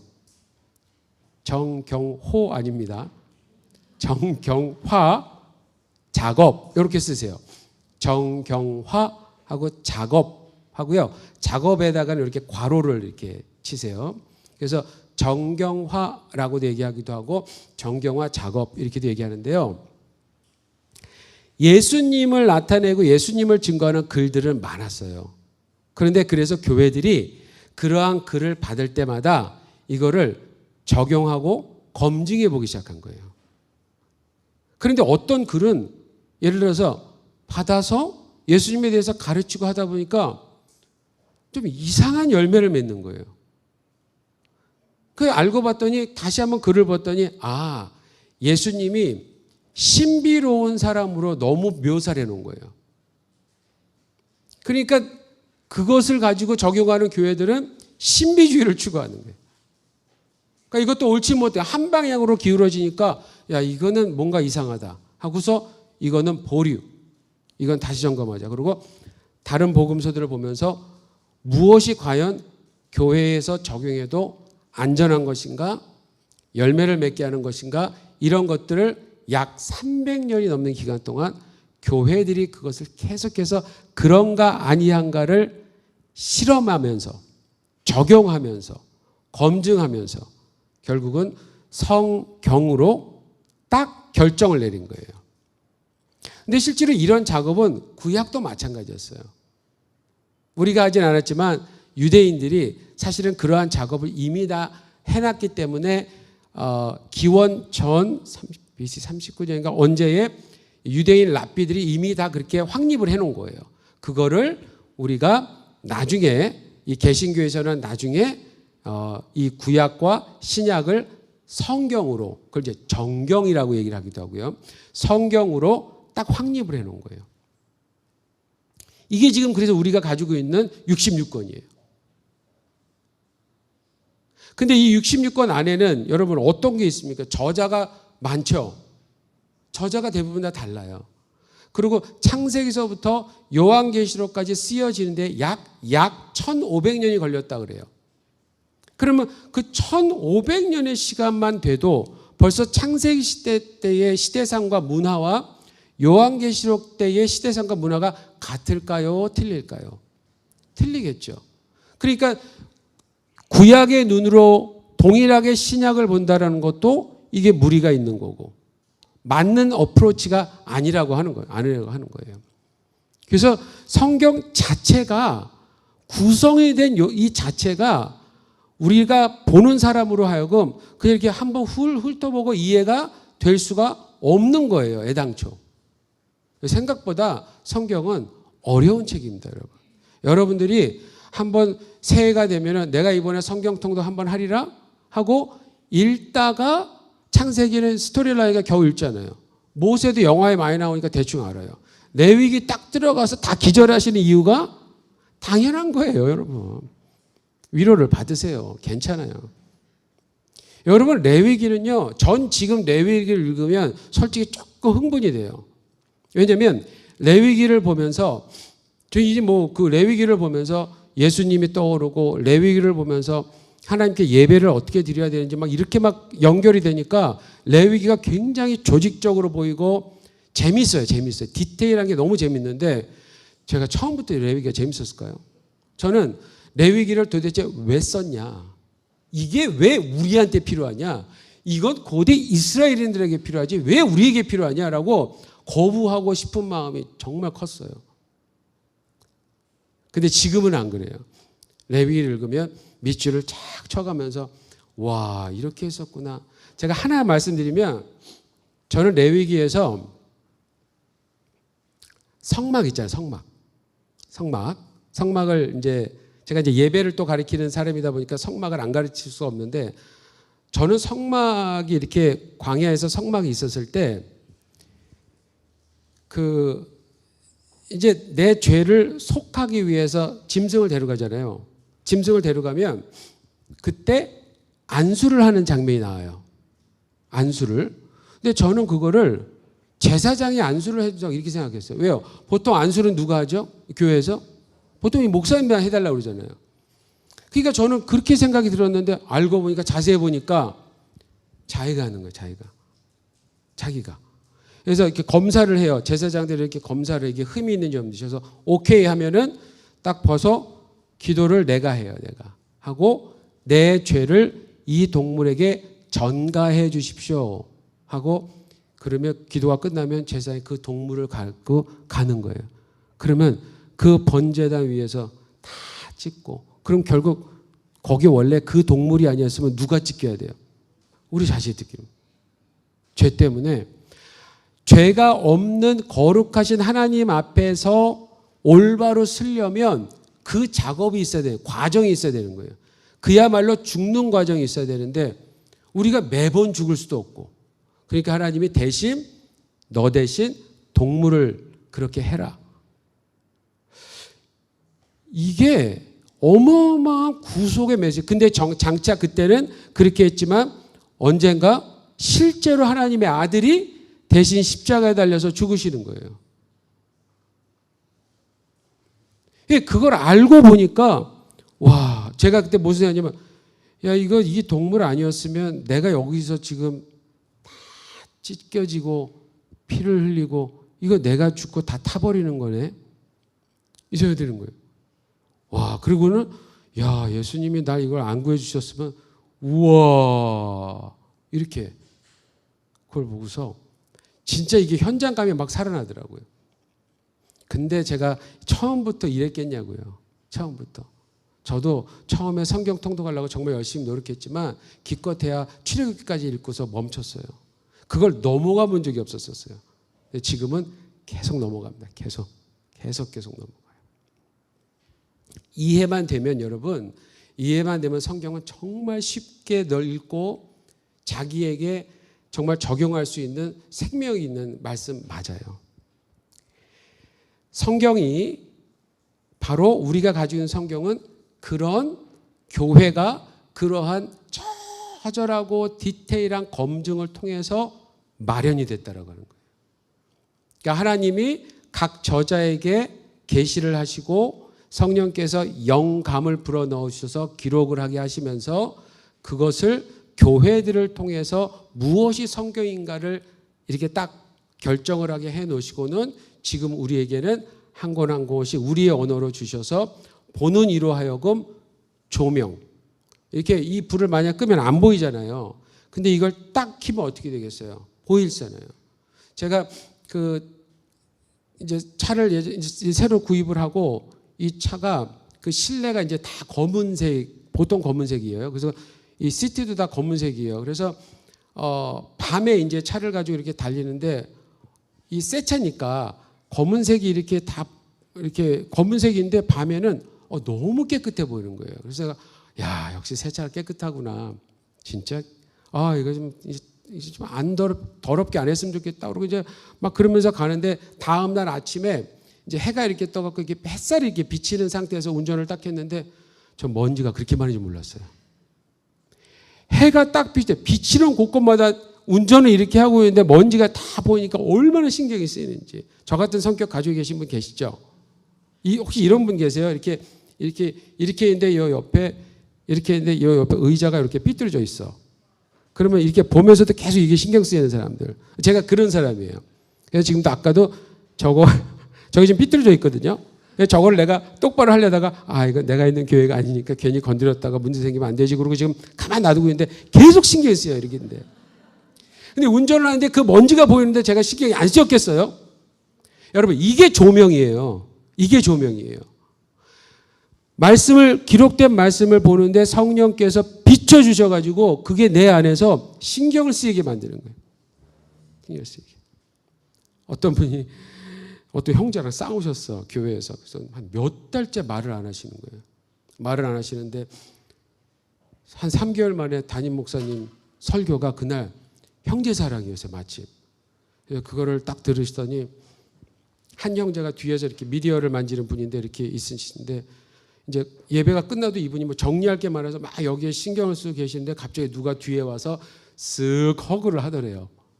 그래서 이렇게 뒤를 딱 돌아보니까 그 싸웠던 형제가 와서 쓱 하고 앉더래요. 근데 그 모습도 사실 참 감동적인 장면이긴 하지만 다른 사람이 봤을 때 왜 저러나 했을 거예요. 이렇게 보통은 앞에서 형제님 사랑합니다 이러는데 갑자기 뒤에 가서 이렇게 쓱 가니까 이분도 놀랬고 그래서 뭐야 이렇게 보니까 그 형제가 딱 온 거예요. 근데 그 형제가 그날 그 말씀을 듣고 계속 내내 마음속에 아휴 계속 고민을 한 거예요. 그러다가 결국 마지막에 그래 여러분 남자들이요 말로 미안하다라고 할 거를 우리 여성분들 아내분들 기대하지 마세요. 남자들은 애당초 그렇게 못해요. 그냥 남자들이 뭐 쓱 해서 청소라도 한번 돌려주고 뭐 이렇게 뭐 안 씻다가 씻기라도 하고 뭐 계란 후라이도 한번 해주고 뭐 이렇게 슬쩍 신발이라도 정리해주면 아이고 정신 차렸네. 그냥 이렇게 이해해 주시면 돼요. 그게 남자들이 하는 이 커뮤니케이션 방식이에요. 이분도 말로는 못했어요. 말로 못하고 미안해 못하고 그냥 뒤에 가서 쓱 안아주니까 어떻게 됐겠어요. 금세 풀렸어요 이분이. 그래서 3개월을 끙끙 앓았던 거를 그 말씀 한마디 딱 듣고 마음에 계속 어떡하지 아이 자존심 상해 어떡하지 이러다가 결국은 그걸 뚫고 꺾고 자기를 꺾고 와서 안으니까 화해가 된 거예요. 여러분 이게 샬롬이에요. 근데 그 근본 계기가 뭐예요? 말씀을 듣고. 이게 성령의 역사예요. 이렇게 되는 겁니다. 하나님의 말씀은. 거기 밑에 질문들이 있죠. 보면 뭐 2번 성경은 무엇입니까? 성경은 누구를 위하여 쓰여졌습니까? 누가 성경을 연구하나요? 누가 성경을 이해할 수 있습니까? 왜 성경을 이해할까요? 지금 다 제가 말씀드렸지만 하나님의 말씀인데 우리를 위해서 주신 거예요. 그렇죠? 궁극적으로는. 보는 사람들로 하여금 하나님의 의도를 깨닫게 하고 하나님이 누구이신지를 알게 하기 위해서 이렇게 하신 겁니다. 그래서 지금 전반부에 말씀드렸던 거는 성경은 반드시 이해를 필요로 하는 기록이다라고 하는 것이 결론적인 겁니다. 그렇죠? 이해를 필요로 한다. 그래서 제가 이제부터 여러분들하고 하려고 했던 건 뭐냐면 그 다음 페이지를 넘기시면 자 일반인들이라고 제가 썼는데 제가 평신도란 말을 별로 이렇게 좋아하진 않아요. 그래서 제가 여기다 평신도란 말을 안 쓰고 그냥 이렇게 표현했는데 우리 목회자를 포함해서 모든 성도들이 이해해야 돼요. 여기 이렇게 이해하시면 돼요. 그리스도인들을 위한 해석학 이렇게 이해하시면 됩니다. 자, 그러니까 성경을 이해하기 위한 가장 기본적인 구조를 여기다 그려놨어요. 이것만 잘 이해하시면 됩니다. 지금까지 제가 어느 정도 말씀을 드린 건데 자, 예를 들어서 성경이 총 66권이 있는데 각 성경 기록마다 저자가 있죠. 그 저자를 맨 위에 저자인데 저자의 의도, 이 저자가 왜 이거를 썼는가를 그 의도를 파악하는 게 해석이에요. 해석. 그게 이해하는 방식이에요. 아셨죠? 그거를 해내야 하는 겁니다. 그래야 성경을 우리가 알 수 있어요. 근데 그 밑에 괄호에 뭐라고 나왔냐면 원저자, 원래의 저자는 무엇을 의미했는가 하는 것을 찾는 겁니다. 자, 그러면 그것을 찾기 위해서 어떻게 하냐? 그 바로 밑에 성경이라고 적혀 있죠. 성경에 이렇게 동그라미를 한번 쳐보실래요? 성경. 자, 성경이 이제 있어요. 그러면 왼쪽에는 저자가 있겠죠. 원저자겠죠. 그렇죠? 저자가 있고, 저자가 쓴 성경을 오른쪽에는 원래의 독자가 있겠죠. 그 옆에다 여러분 1차 독자 이렇게 한번 써놓으세요. 1차 독자. 가장 처음으로 이것을 읽어야 했던 사람들. 그렇죠? 예를 들어서 사도 바울이 갈라디아서라고 하면 갈라디아 지역에 있는 교회들을 위해서 써보내는 편지였어요. 우리가 1차 독자가 아닙니다, 여러분. 우리가 아니에요. 아셨죠? 그래서 가장 먼저 1차 독자가 누구냐를 꼭 머리에 담고 있어야 돼요. 자, 이게 성경이 그 당시에 쓰여졌을 때의 상황입니다. 그러면 가운데 성경 이제 밑으로 보면은 쭉 밑에 보면 오늘날의 독자 및 해석자 이렇게 써져 있죠. 그게 이제 여러분과 저예요. 우리가 지금 이 성경을 보고 있잖아요. 그렇죠? 그런데 문제는 뭐냐? 1차 독자들은 동시대 사람들이에요. 아까 제일 처음에 여러분들에게 최소호 목사님의 글을 보여줬을 때 많은 분들이 마친 것처럼 그런 감각을 가진 사람이고 최 목사님이 누군지 아는 것처럼 사도 바울이 누구고 사도 요한이 누구고 이것을 대부분 알고 있었던 사람들이에요. 대부분은. 대다수는. 최소한 들었던지. 그런 어떤 감이 있었던 사람들이지만 지금 우리는 몰라요, 사실은. 이름은 들어볼지 몰라서 이 사람이 어떤 성격이었는지 제대로 이것을 조사하지 않으면 우리는 그걸 쉽게 알 수가 없습니다. 왜냐? 이미 몇천 년이라고 하는 그 가운데 갭스라고 영어로 나와 있죠. 시대, 문화, 지형. 주로 이스라엘 지역의 얘기잖아요. 그렇죠? 그다음에 언어도 틀립니다, 여러분. 그리고 장르가 틀리고요. 사회적, 정치적 배경이 틀리고 심지어는 신학적인 관점도 다 저마다 틀려요. 이 기록이. 그런 것들을 다 거쳐서 우리가 이해하는 입장에 있다는 거예요. 이해해야 되는 입장. 여기까지 이해가 되셨죠? 어렵지 않죠? 당연한 얘기예요, 이거는. 아셨죠? 자, 여러분, 꼬꼬무가 뭔지 아시는 분? 꼬꼬무. 꼬리를 무는 이야기인가요? 네, 저도 그걸 본 적이 있었는데 제가 거기서 정말 인상 깊었던 게 하나 있었어요. 꼬꼬무를 보시는 분은 아시겠지만 다 끝나고 나면 말을 이렇게 다 이야기를 끝나면 마지막에 나오는 문구가 있어요. 그게 뭐냐면 이렇게 같이 온 게스트한테 그래요. 그날 이야기를 들은 당신은 오늘 무슨 이야기를 하실까요? 요런 문구가 있어요. 그날 이야기를 들은 당신은 오늘 무슨 이야기를 하실까요? 이게 우리가 성경을 대하는 태도인 거예요, 여러분. 방식. 이거는 그때 그날 이야기예요, 지금. 수천 년 전의 이야기. 그럼 이게 하나님의 말씀이라는데, 그럼 이걸 오늘날에 사는 21세기 2026년도 3월에 살고 있는, 그것도 베트남 하노이에 살고 있는 우리들은 과연 어떻게 말할 수 있을까? 그리고 우리 밖에는 수많은 베트남 분들이 계시는데 이분들에게 이거를 어떻게 전달해야 될까? 상황이 그때와 같을까요? 틀릴까요? 다르죠. 우린 유대인도 아니고 이스라엘 사람 입장도 아닌데 우리가 이걸 하나님의 말씀이기 때문에 이해를 해야 되는 입장인데, 근데 이거를 한국인의 생각으로 입장을 해야 된다? 어딘가 말이 안 맞죠. 그렇다면 성경은 바로 적용이 이해 없이 가능할 수 있을까? 아니라는 거죠. 제가 이 말씀을 드리고 싶은 거예요. 이 말씀을. 이걸 잘못해서 적용한 게 대부분의 이단들인 거예요. 그냥 문자적으로만 쏙 빼갖고 성경이 이렇게 얘기해. 이렇게. 성경이 얼마나 논리적으로 구조적으로 철저하게 명확하게 써진 글인지는 다 무시하고 그냥 신비한 책으로만 얘기하고. 그래서 그 밑에 보시면 적용이 먼저가 아니라 해석이 먼저 되어야 된다. 이해를 먼저 해야 된다. 이렇게 생각하시면 됩니다.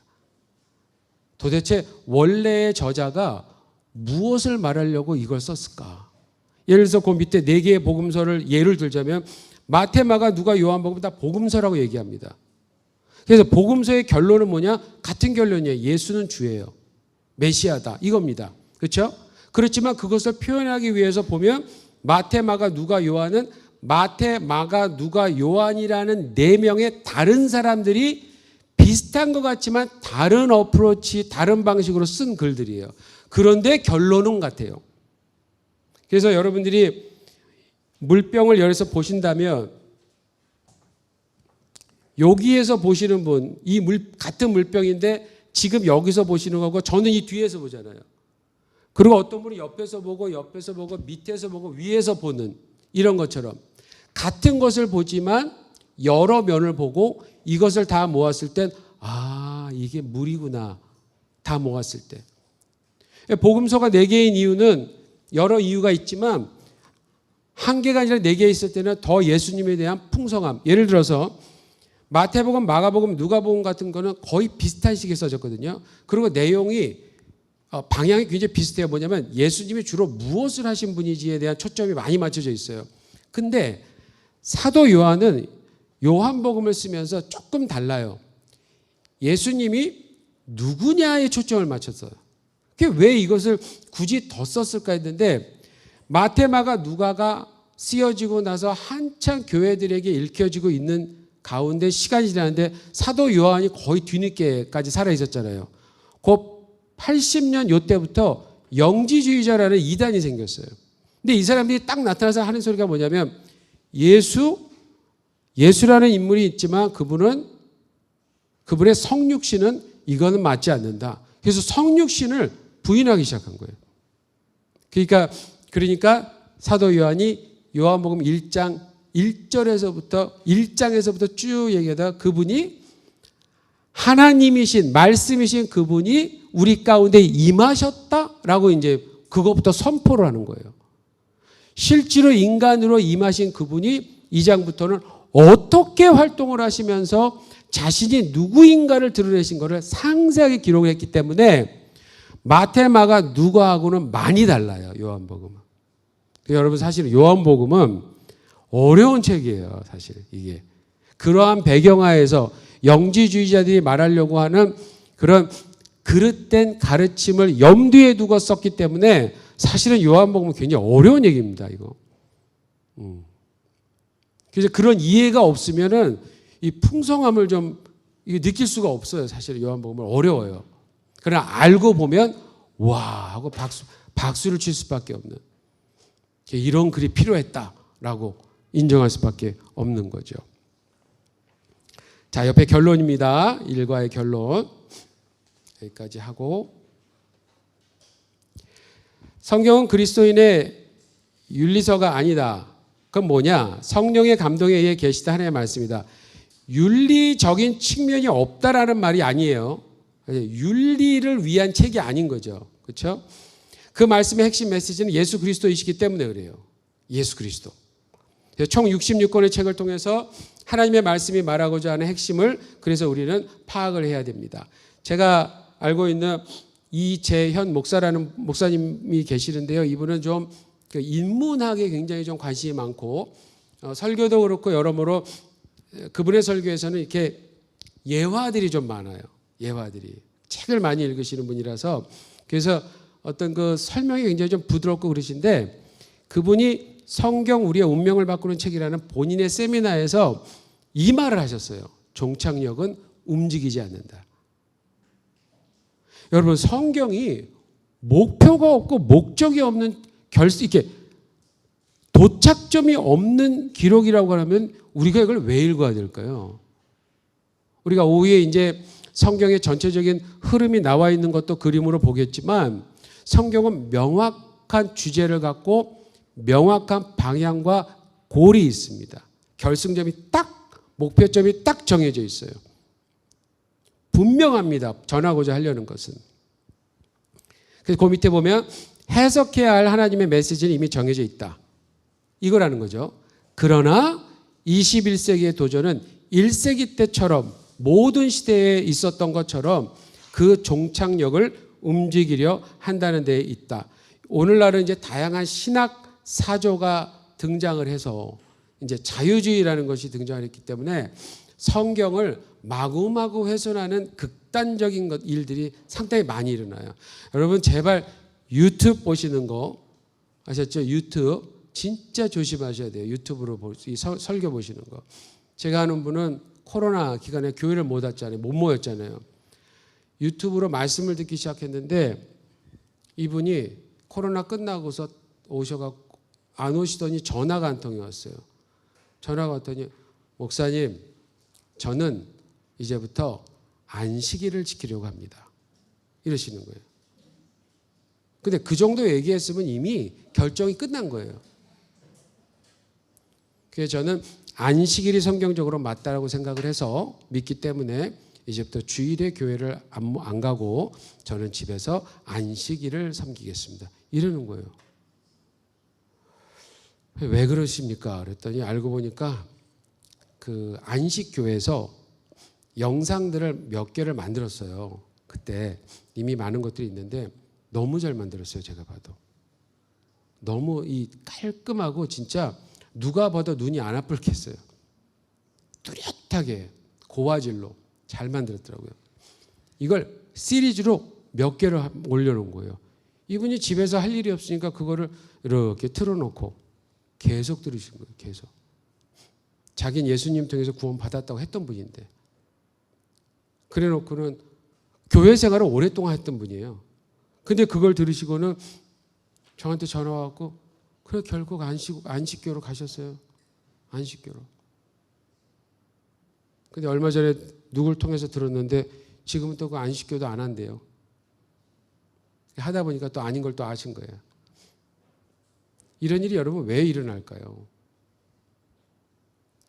저는 단순히 무분별이 아니라 분별하지 못한 분별해낼 수 있는 훈련이 안 된 거예요. 근데 그 분별해내지 못하는 이유는 뭐냐면 우리가 가지고 있는 성경을 우리 안에서 어떻게 기준으로 삼는가 하는 것을 이게 아직 정립이 안 돼 있기 때문에 그랬던 거예요. 우리 안에 정말 이 성경이 중심에 딱 박혀 있는지 이거 아니면 안 된다라고 하는 그 각오와 결단이 이미 서 있는지 그러기 위해선 성경이 어떤 기록인가 어떤 구성인가 어떤 의도를 가졌는가 이것부터 우리가 좀 자세히 인식을 하고 있어야 된다 하는 겁니다.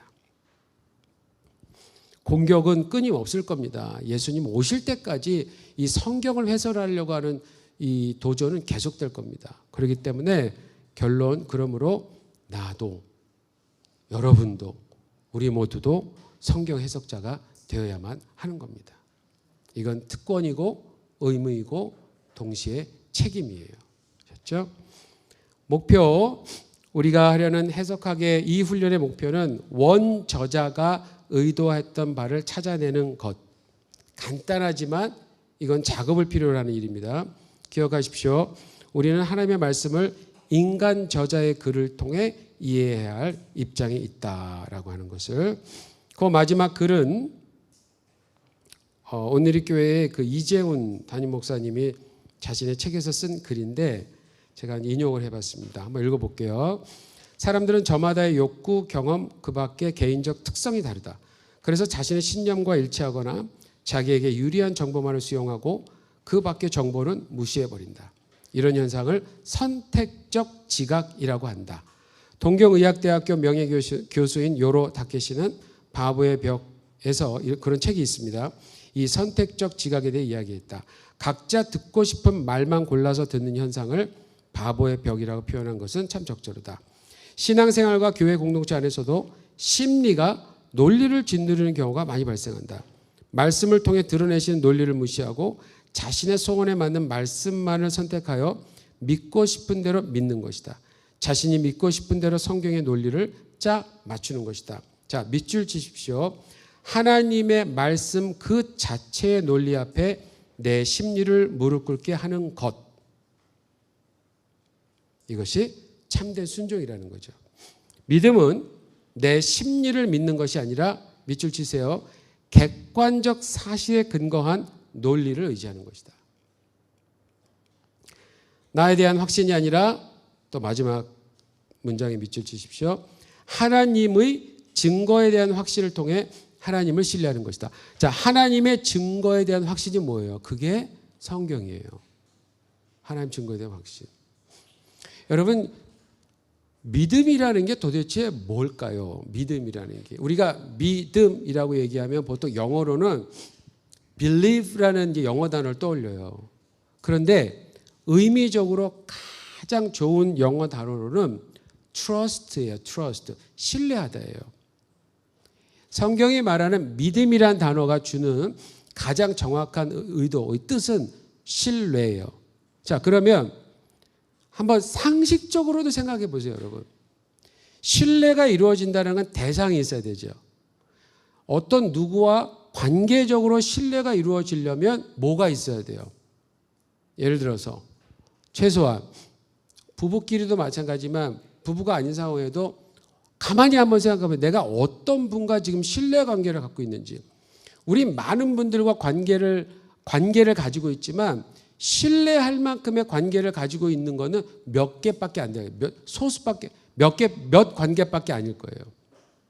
그러면 그분들은 내가 왜 신뢰를 할 수 있고 서로 왜 우리는 신뢰를 할 수 있는 관계가 되었는가를 한번 잘 생각해 보세요. 뭔가 오고 가는 게 있지 않았었겠어요? 그렇죠? 어려울 때에 도와줬다든지 정말 어려웠는데 순수히 나를 도와줬던 유일한 사람이었다든지 우리 최수아 목사님이 이제 우리 성도님들하고 뭐 또 식사하시고 뭐 이렇게 같이 할 때 저를 이제 얘기를 해주면서 자꾸 이런 말을 해요. 아무리 들어도 지금 좋게 얘기하는 건지 나쁘게 하는지 내가 모르겠는데 처음에 신학교에서 만날 때 그렇게 제가 싫었대요. 자기는 좀 더 젊은 애들과 놀고 싶고 정말 캠퍼스의 분위기 풀밭을 다니면서 기타를 메고 뭐 이렇게 그런 걸 하고 싶고 막 그러는데 갑자기 눈에는 불을 킨 정말 사역자인 어떤 큰 형님이 와가지고 서우야 이래야 된다. 우린 이렇게 살아야 된다. 뭐 설교를 하고 뭐 하는데 만난 지도 얼마 안 되는데 형이라서 뭐 이건 때릴 수도 없고 뭐 어떻게 할 수도 없고 그냥 네 하고 앞만 봐도 교회는 열심히 다니는 형 같으니까 또 뭐 이렇게 하는데 정말로 싫었는데 또 이 형이 또 몸이 또 아파서 자주 아프고 그러면 자기가 또 뭐 가방도 들어줘야 되고 병원도 다니고 되고 막 이러니까 본인도 바쁘고 해야 될 일 많은데 옆에서 자꾸 그러니까 야 도대체 이 인간 뭐지 그랬다는 거예요. 그 말을 막 그 열변을 토하면서 말을 하는 거예요. 성도님들께. 옆에서 내가 실실 웃기만 했지만 속으로 이 자식이 날 그렇게 봤단 말이야 이러고 이제 막 그러고 있었는데 그러면서 그러는 거예요. 그런데 자기가 이 형님하고 이 지역까지 이렇게 올 수 있었던 이유가 있었다. 계기가 있었다. 이런 말들을 몇 개를 또 하더라고요. 그걸 들어보니까 그래서 그랬구나. 근데 저도 반대로 저라고 무턱대고 좋아했겠어요? 아니 저라고 뭐 처음부터 여러분의 목사님들이 좋았겠어요? 저도 생각이 있는 놈이에요, 여러분. 예? 아니 옆에서 예배를 드리면은 자꾸 졸아요. 그럼 꼭 쉬는 시간에 일어나고 쿵우를 좀 배웠어요. 목사님이 아주 정말 대단한 분한테 쿵우를 뉴욕에서 배우니까 그걸 또 막 이러고 막 쉬는 시간에 이러는데 저는 그게 그 용 반지 또 끼고 예? 그 사부님이 주신 거예요. 사부님이 그걸 또 그게 그냥 낀 게 아니라 사부님이 정말 제자라고 생각해서 주셨는데 얼마나 귀한 거예요. 그거 못 버리죠. 그걸 또 근데 딱 모르는 제가 봤을 때는 딱 보니까 용 사탄의 반지를 꼈구나. 제 옆에 이상한 애가 하나 와 있는데 구하고 싶기도 하고. 근데 저는 그때 달라스에다가 뭔가 선교단체를 세워야 되는 입장이 좀 있었어요. 어린 나이였지만.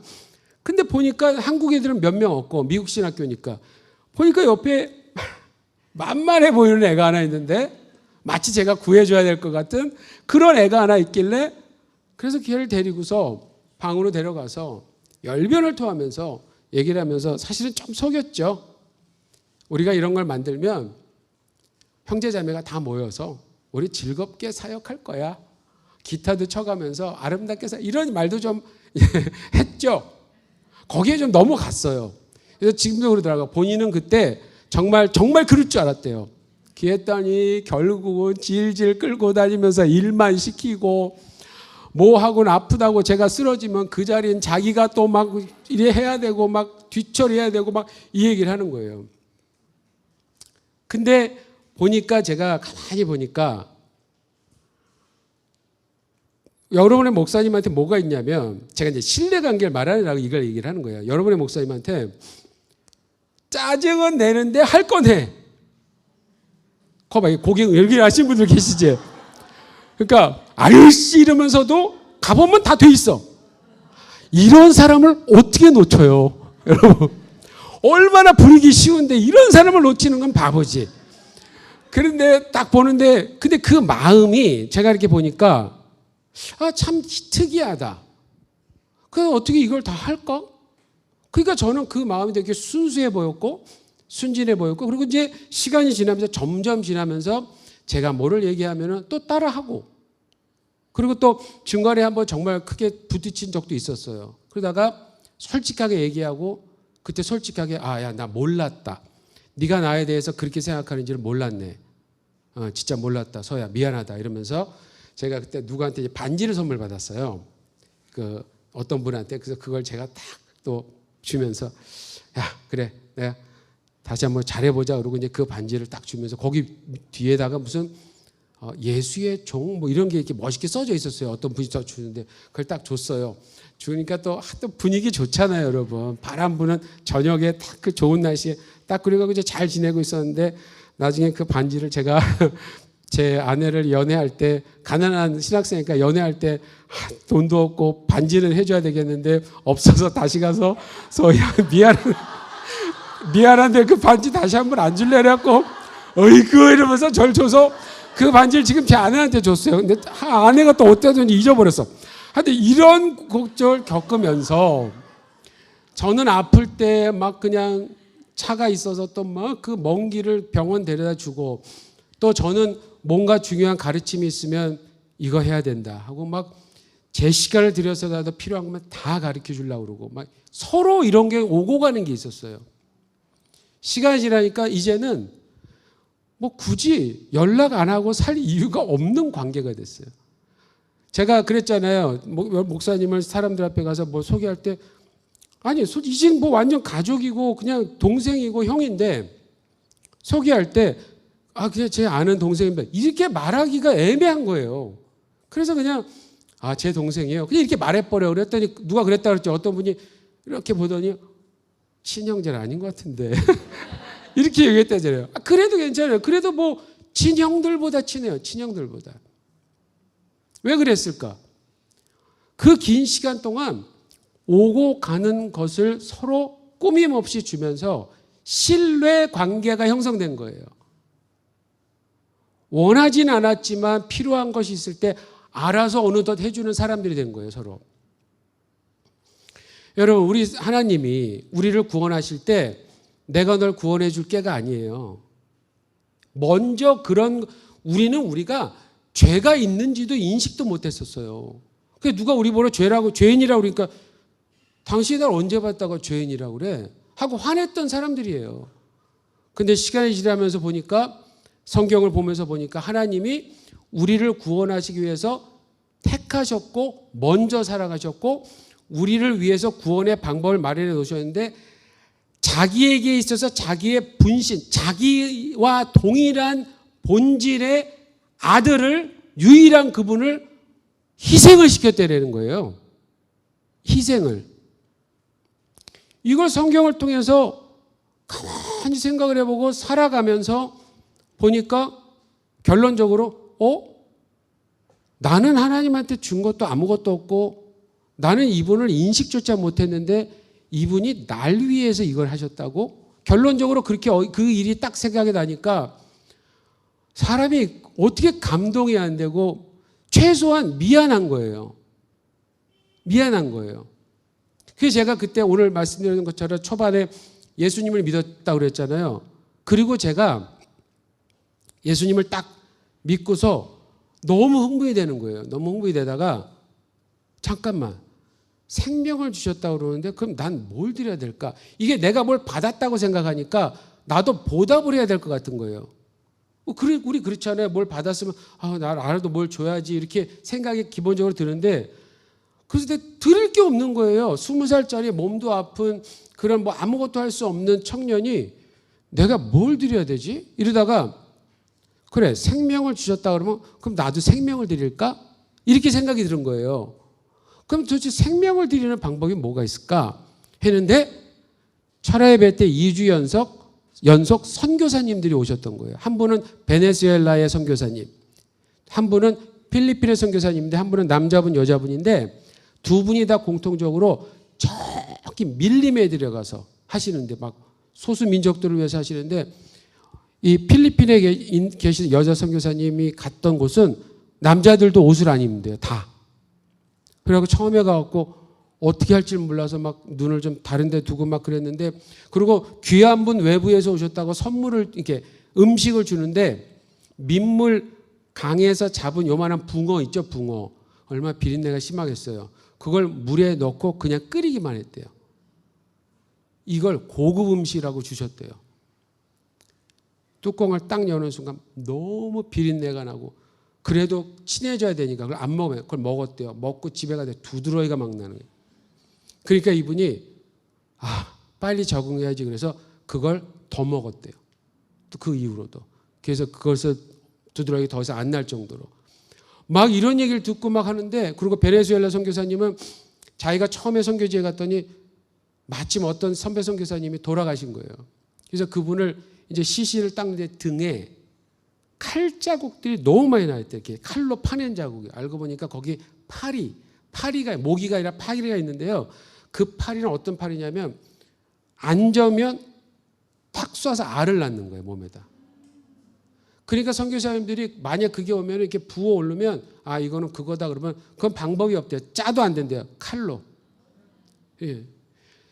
그 선배 등에 그 자국이 어마어마하게 많다래요.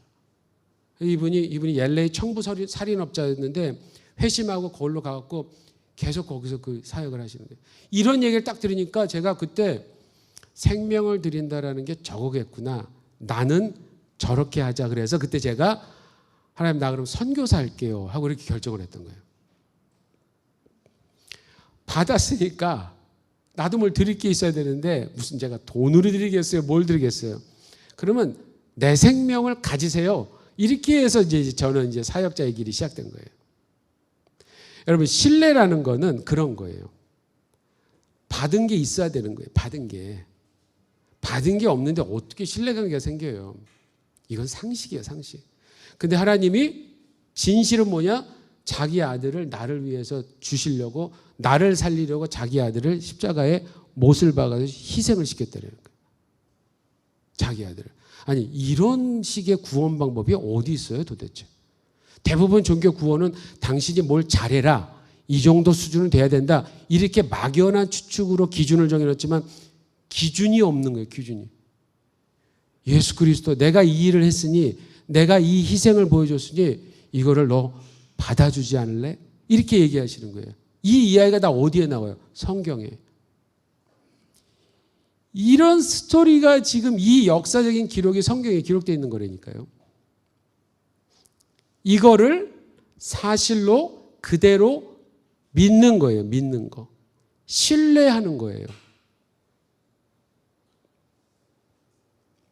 그런데 어떻게 우리의 삶이 안 바뀌겠어요?